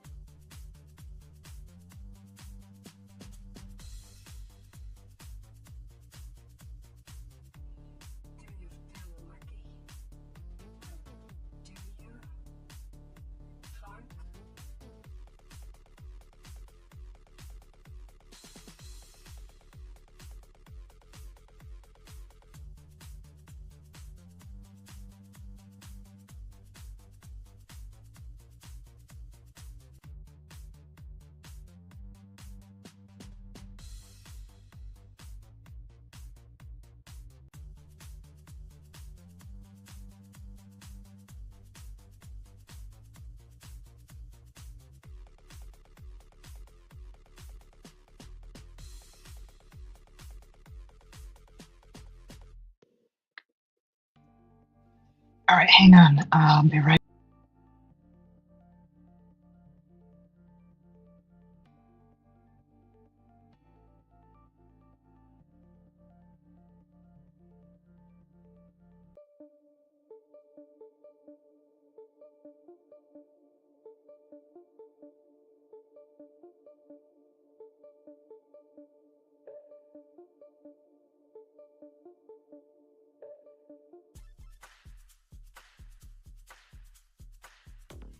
Walking into the light.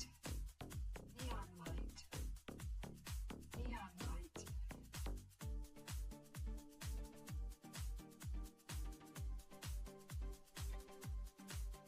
Okay, sorry about that, guys. I had to re-enter the room because I went to my closet to get my shoes and knee pads from outside because I'm going in. I'm going in. I'm happy. Is somebody asleep in bed? Oh, I put that and I had to tippy toe over there.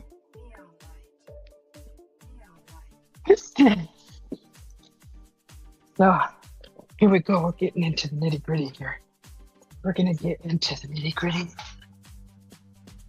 Oh, got my knee pads on. You can see my knee pads.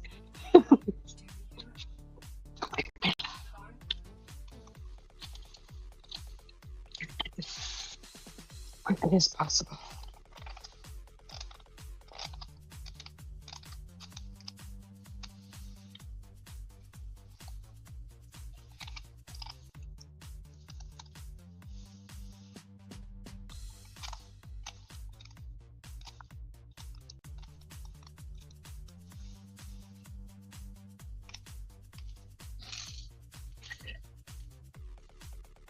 Oh my god, I know. There's probably going to be so many glass shards in here. The vacuum, so we gotta, you definitely use the shop vac. And then I'll go over it again with the Dyson. We got a Dyson. We got a Dyson vacuum. That suction is so powerful. It'll suck the color right off of your skin.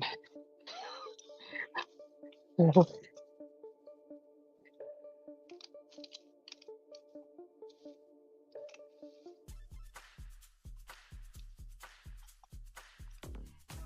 into the light.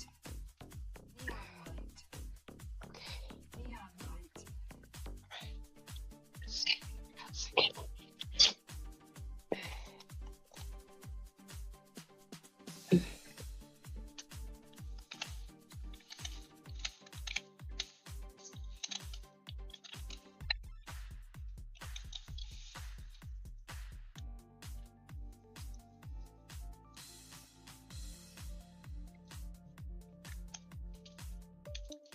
Trail of blue light. Neon light. Trail of blue light. Neon light. Neon light. Neon light. Do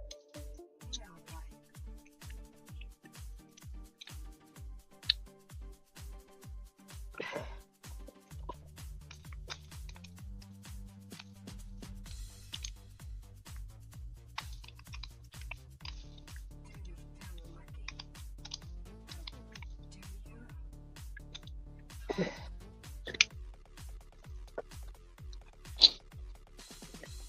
All of a sudden, my nose got already. Yes, I just was straining.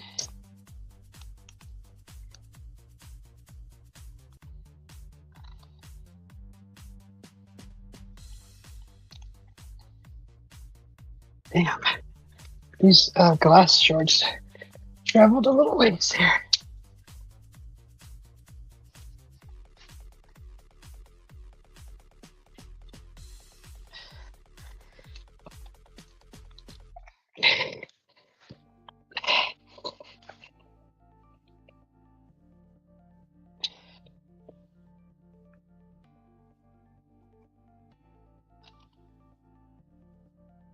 It was 2 weeks ago you broke jalapenos? My God.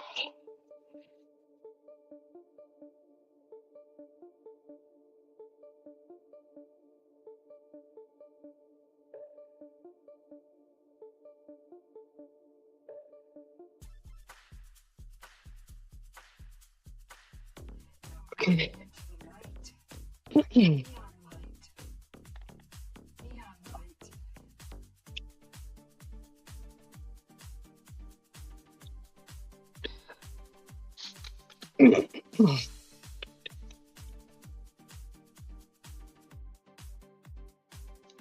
Not doing too bad so far. Ah.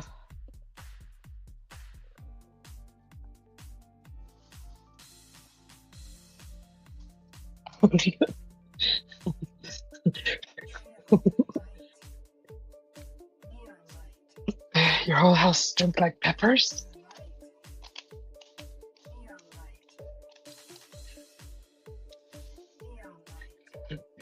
My God.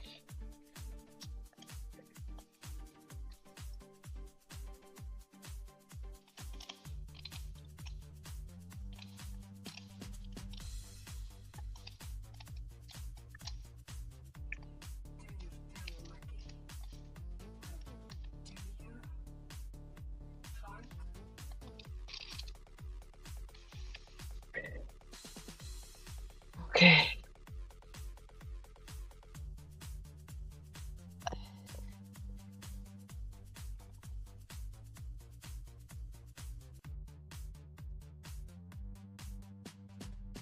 Jumpy, you broke some glass too?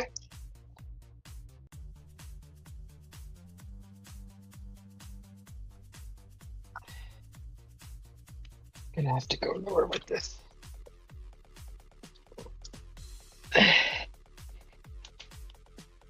Let's see, how do I do this?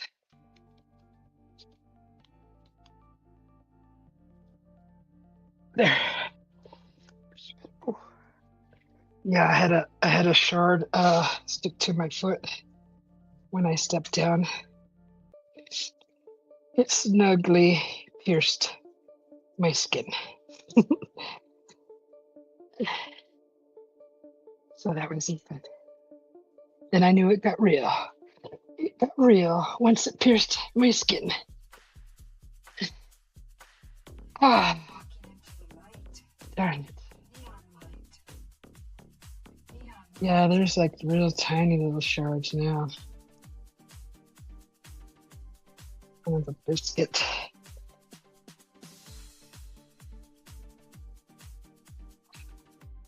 That's not good. I don't like carpet. I wanted my hubby to take the carpet out of this room because if it was like tile floor, vinyl even, it'd be so much easier to clean up this crap. This is like the only room with freaking carpet.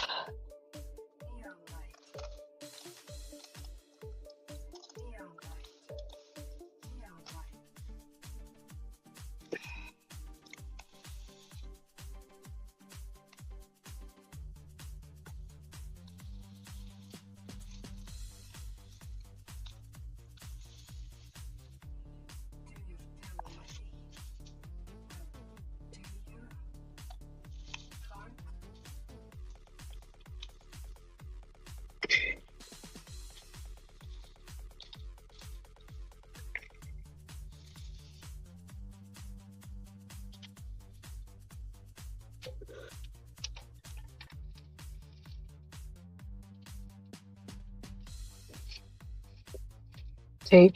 Tape is actually not a bad idea. That's a lot of tape. There's still going to be a ton of little shards, I think, in this carpet.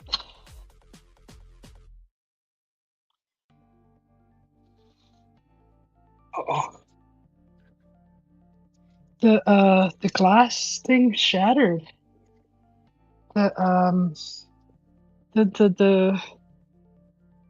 The chair mat. Yeah.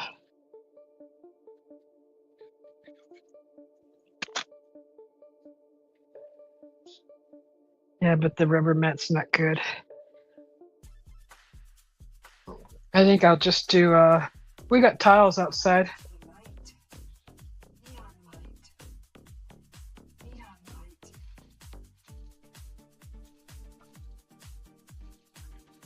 What if I cut out a square out of the carpet and then we,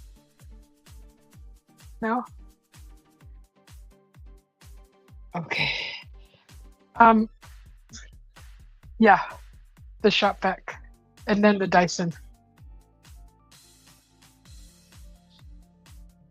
Huh? Okay, I'm getting all the big pieces. Don't come in here barefoot at all.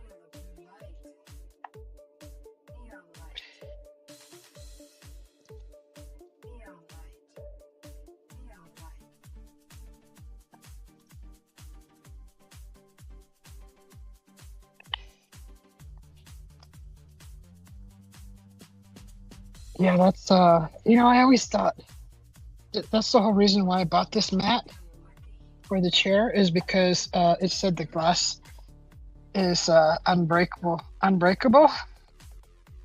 So I was like, okay, because I thought about this. I was like, well,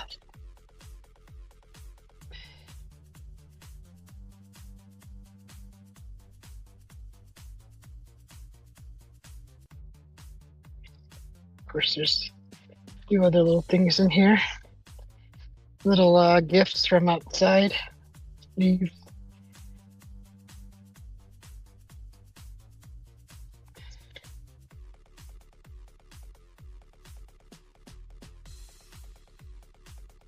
Okay, my hubby just came in. He's like, what happened? Oh.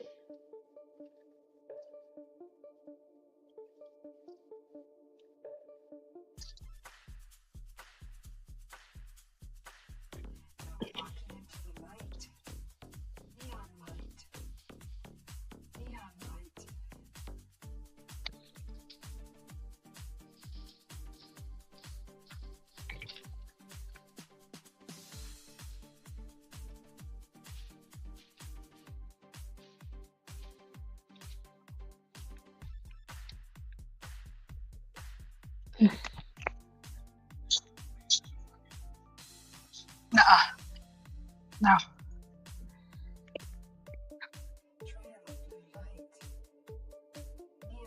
Put it in the envelope, mail it back to the company. Great idea. Just send them this trash bag of glass in the box, huh?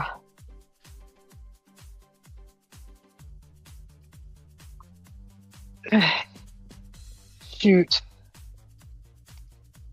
The fear of walking barefoot in here is great right now. I like being barefoot because I'm a really hot person. Hot, as in my temperature is higher than most people, and I like to keep my feet cool by not wearing anything on them. And this hinders my cool feet experience.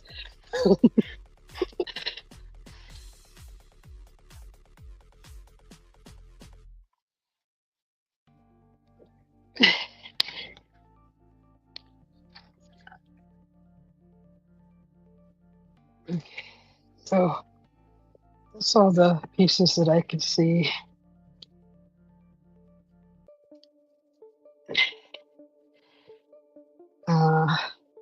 That are big. So I got most of it all picked up. This is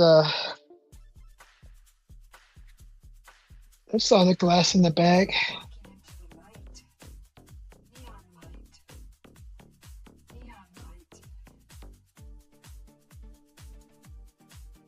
So there's a little bit of glass behind me.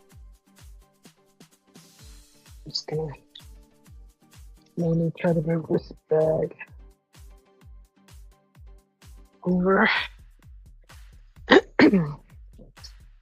And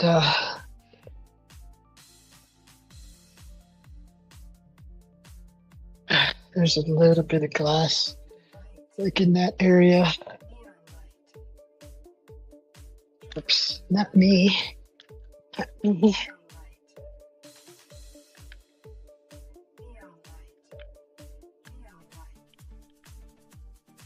What is this?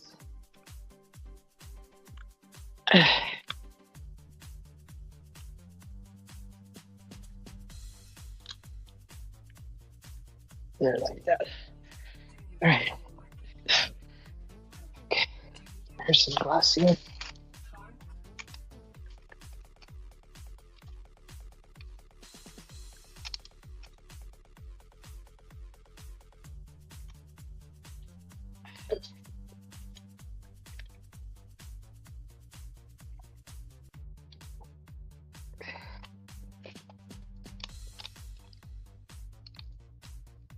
So we got one person sleeping in the house still.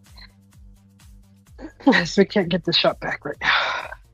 There's just a few bigger pieces that I want to focus on. Keeping this up.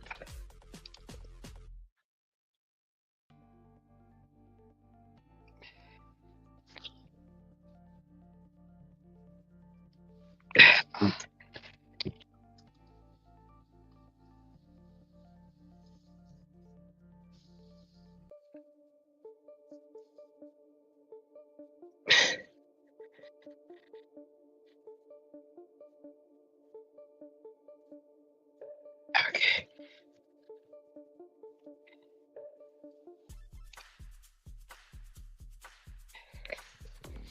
Walking into the light. Neon light. Neon light.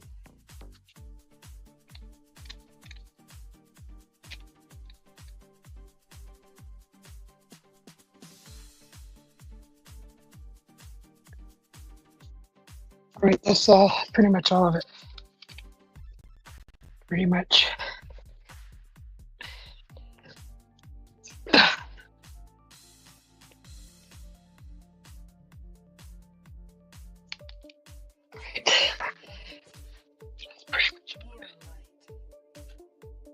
Ouch.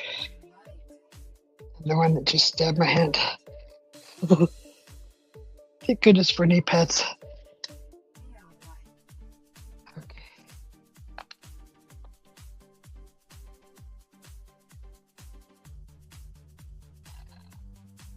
That's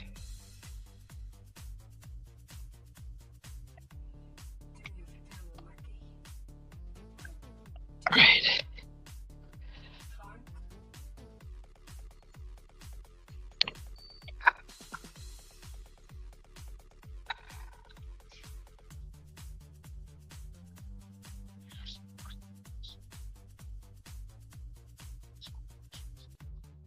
I don't know what this is. It's all dry. Okay.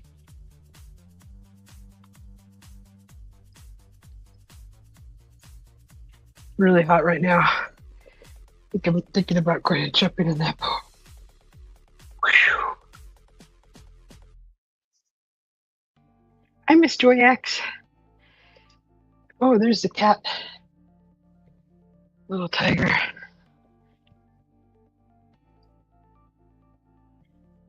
Roger says, hey, Joyax. Yes, I got all the glass up already. Well, not the little shards, but that's going to be done with the vacuum. That was crazy. Crazy, crazy.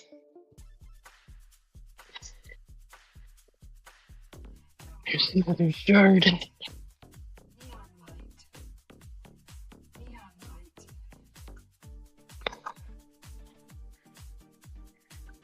Okay.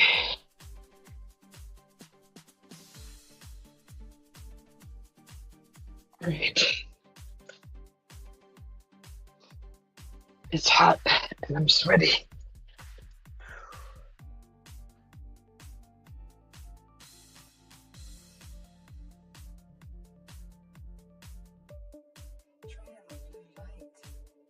I am sweating buckets.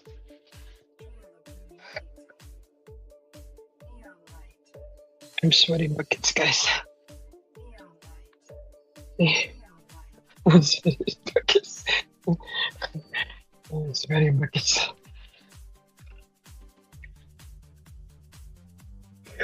Put my hair up because the AC is on. It is on. Okay. So we're just waiting for someone to wake up so we can get the shot back and get that stuff up.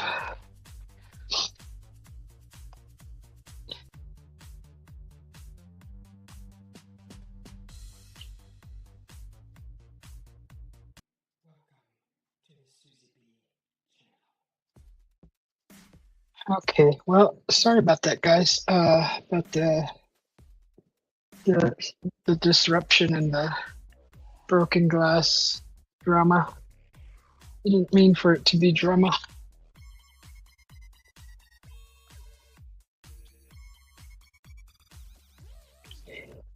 So, hopefully everybody has a great week, and happy Mother's Day to everybody.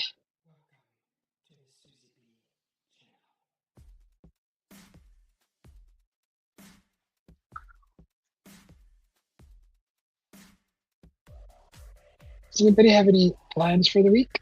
Anything fun, interesting?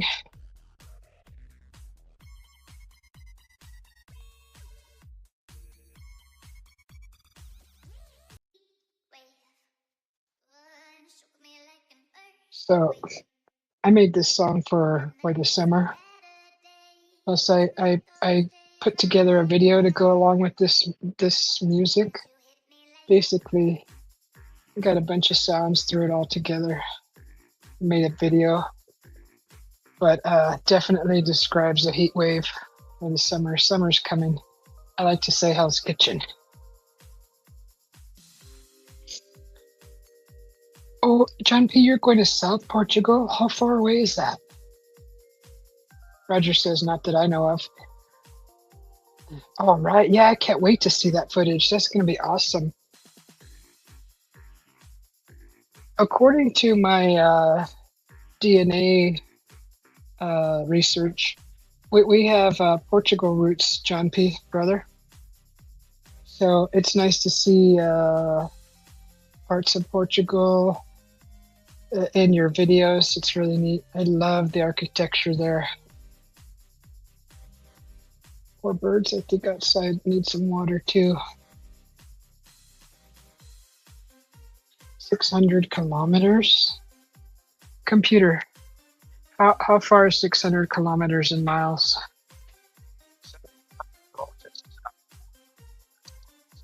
Oh, I said 600. Computer, how long is 600 kilometers in miles? No. I don't want to call anybody. Never mind. So it says 700 is what? That's a long way. What is that? So that's like 4 hours. 500 miles. It's like 5 hours, huh?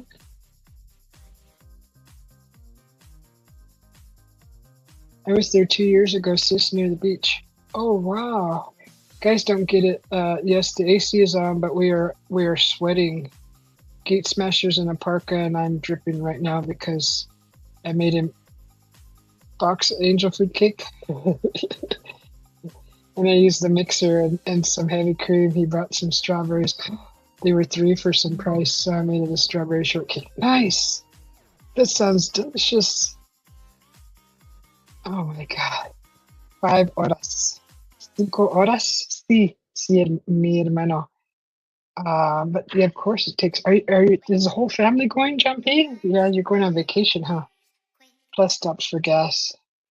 That's a nice trip, and all along the way is going to be equally fun. It's your Florida. Oh, okay. John P, you have strawberries in your garden too, huh? Ah,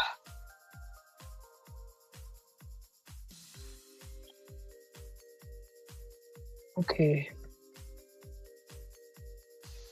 That sounds really good. Yeah, because my hubby goes, we have the AC on, and I'm in here with this fan on, that fan on, and it's an actual cooling fan. And he's just like, "Ah, it's cold." I'm like, shit, this is even when I didn't have a lot of weight on me, I was still the same. I always sleep with one thin blanket all year round. If it gets like in the 30s, I'll get a thicker comforter, but I can't do sheets. I can't do a lot of blankets. Just one thin blanket, and I still wake up with like, kind of damp from sweating. The worst. That's just how I've been my whole life.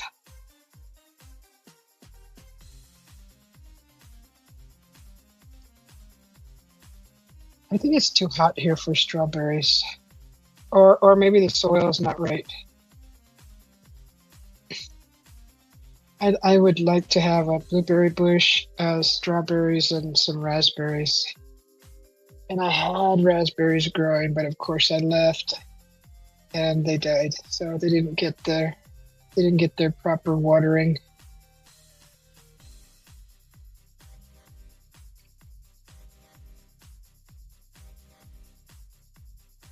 Well, yeah, I kind of got that from when you said you made him the cake.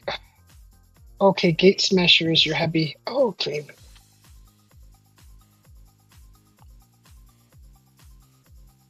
That's awesome. Well, it's awesome having you both in here. Thank you. Thank you for visiting with me and all of us. The majority of my DNA is Scottish and Irish with a little English, French, Norman, and Native American. That's a nice hybrid right there, Rashid. I like to call that hybrid because it's the best of everything, right? Some people say nasty things about people being mixed. I think it's a beautiful thing, and that's the beauty of creating new features, new looks, and I love that.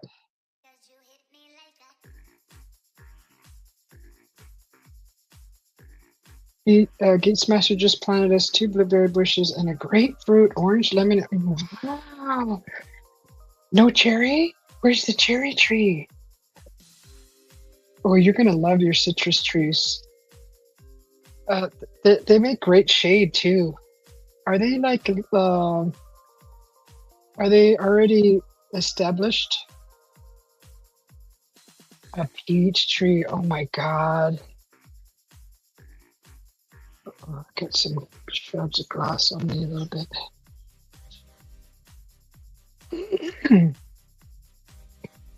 Peach tree. That's awesome. Oh, I would love a cherry tree. Not only for the fruit, but for the blossoming time of year when it blossoms. Oh, it's so beautiful. Oh my gosh.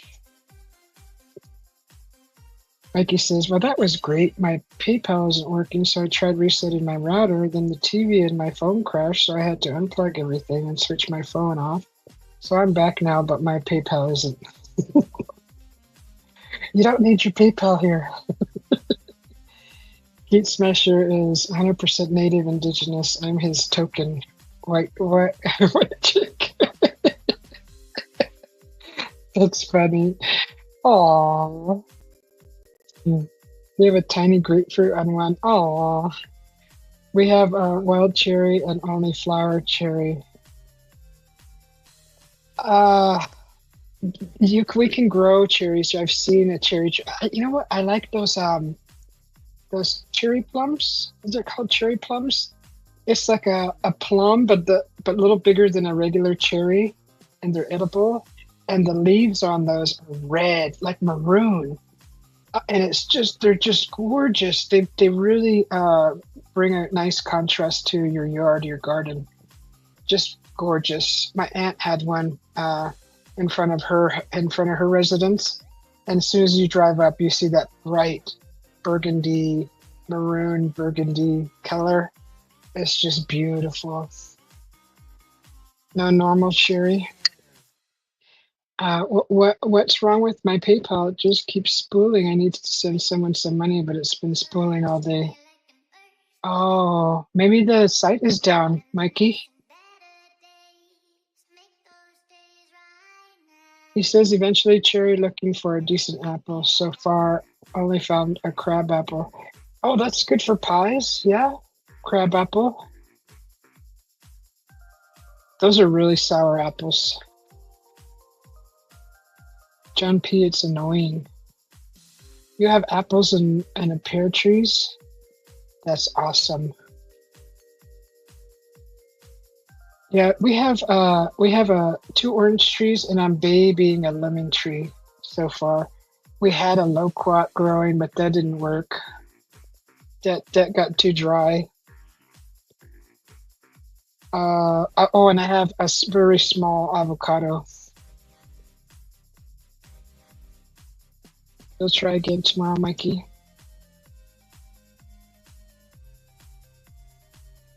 Well, I think it's coming up on 4 hours. I think I'm gonna probably shut her down here. I apologize for the delay in the show with the glass drama breaking, but we're gonna get that all figured out here. And the poor birds outside, they need some water. It looks like their bowl is drying up and it's dirty. And they're all lining up to get in, and there's not enough in there. So looks like we can use the shop vac now. And I'm going to get this floor cleaned up. And I want to wish all the mothers happy Mother's Day, and wishing you guys all a wonderful week. I may go live later with some art. I'm not sure yet. But if I don't see you again, have a great week. And I love you all. And thanks for hanging out with me and putting up with my shenanigans. WTF, Mike, my PayPal worked a couple of hours ago, no problem. Phone might need a reboot. Come to think of it, my bank app for me didn't work yesterday till I rebooted. Oh yeah, try rebooting, Mikey. Roger says, Stats, golden apples are good apple trees. They're good apples to cook and bake with. Oh, not at all. I was smashing Susie. Yeah, so if you guys want to watch some digital art later, I'm going to try to do that. And do something fun. Maybe I'll draw Zoltar. Or something. I don't know what I'll do. Something. See if we can make something fun. Maybe coffee theme? I don't know. Nothing. Those are Crispins are my favorite. That's Mikey, not WTF Mike. No, she I think she said, what the F, Mike? My PayPal worked a couple hours ago. I don't think she was summoning the genie. Oh, okay. Well, thank you guys for coming in, and I'm gonna close her down. I need to go give the birds water. Poor things. It's hot out. It's 102 right now. They're thirsty. They're looking at the bowl like, what the F? Where's the water at, lady? So, yeah. Oh, you did think that was WTF Mike? This Mikey Yo-Yo? Or no, I'm confused. Okay, sorry about that. I don't know. Yeah, WTF Mike isn't in the chat right now. That's Mikey Yo-Yo. He's very yo-yo. Geese told me they were the same. Your hubby told you Mikey and WTF Mike were the same. No, so you were right, Roger. Rashid. Oh, I am going to go water the birds and vacuum the carpet. And I will see you guys all later. Have a great day. Have a great evening. Have a great morning, afternoon. And I will talk to you all later. Love you all. Susie, get out here and give us some dang gum water. You want some water? I'll go do my rain dance. Oh, you set him straight. Good for you. You set him straight. Mikey is well behaved, not WTF. Ho, ho, ho, ho, ho. Happy Mother's Day to everybody. Thank you, Stats. And yes, happy Mother's Day to all you wonderful, beautiful mothers out there. I'd like to tell you, thank you for your hard work. Cheers, peeps, from Mikey. Have a blessed Mother's Day from John P. And Stats says, bye, Mikey. And we will see you all soon. Thank you for coming in. We'll see you all.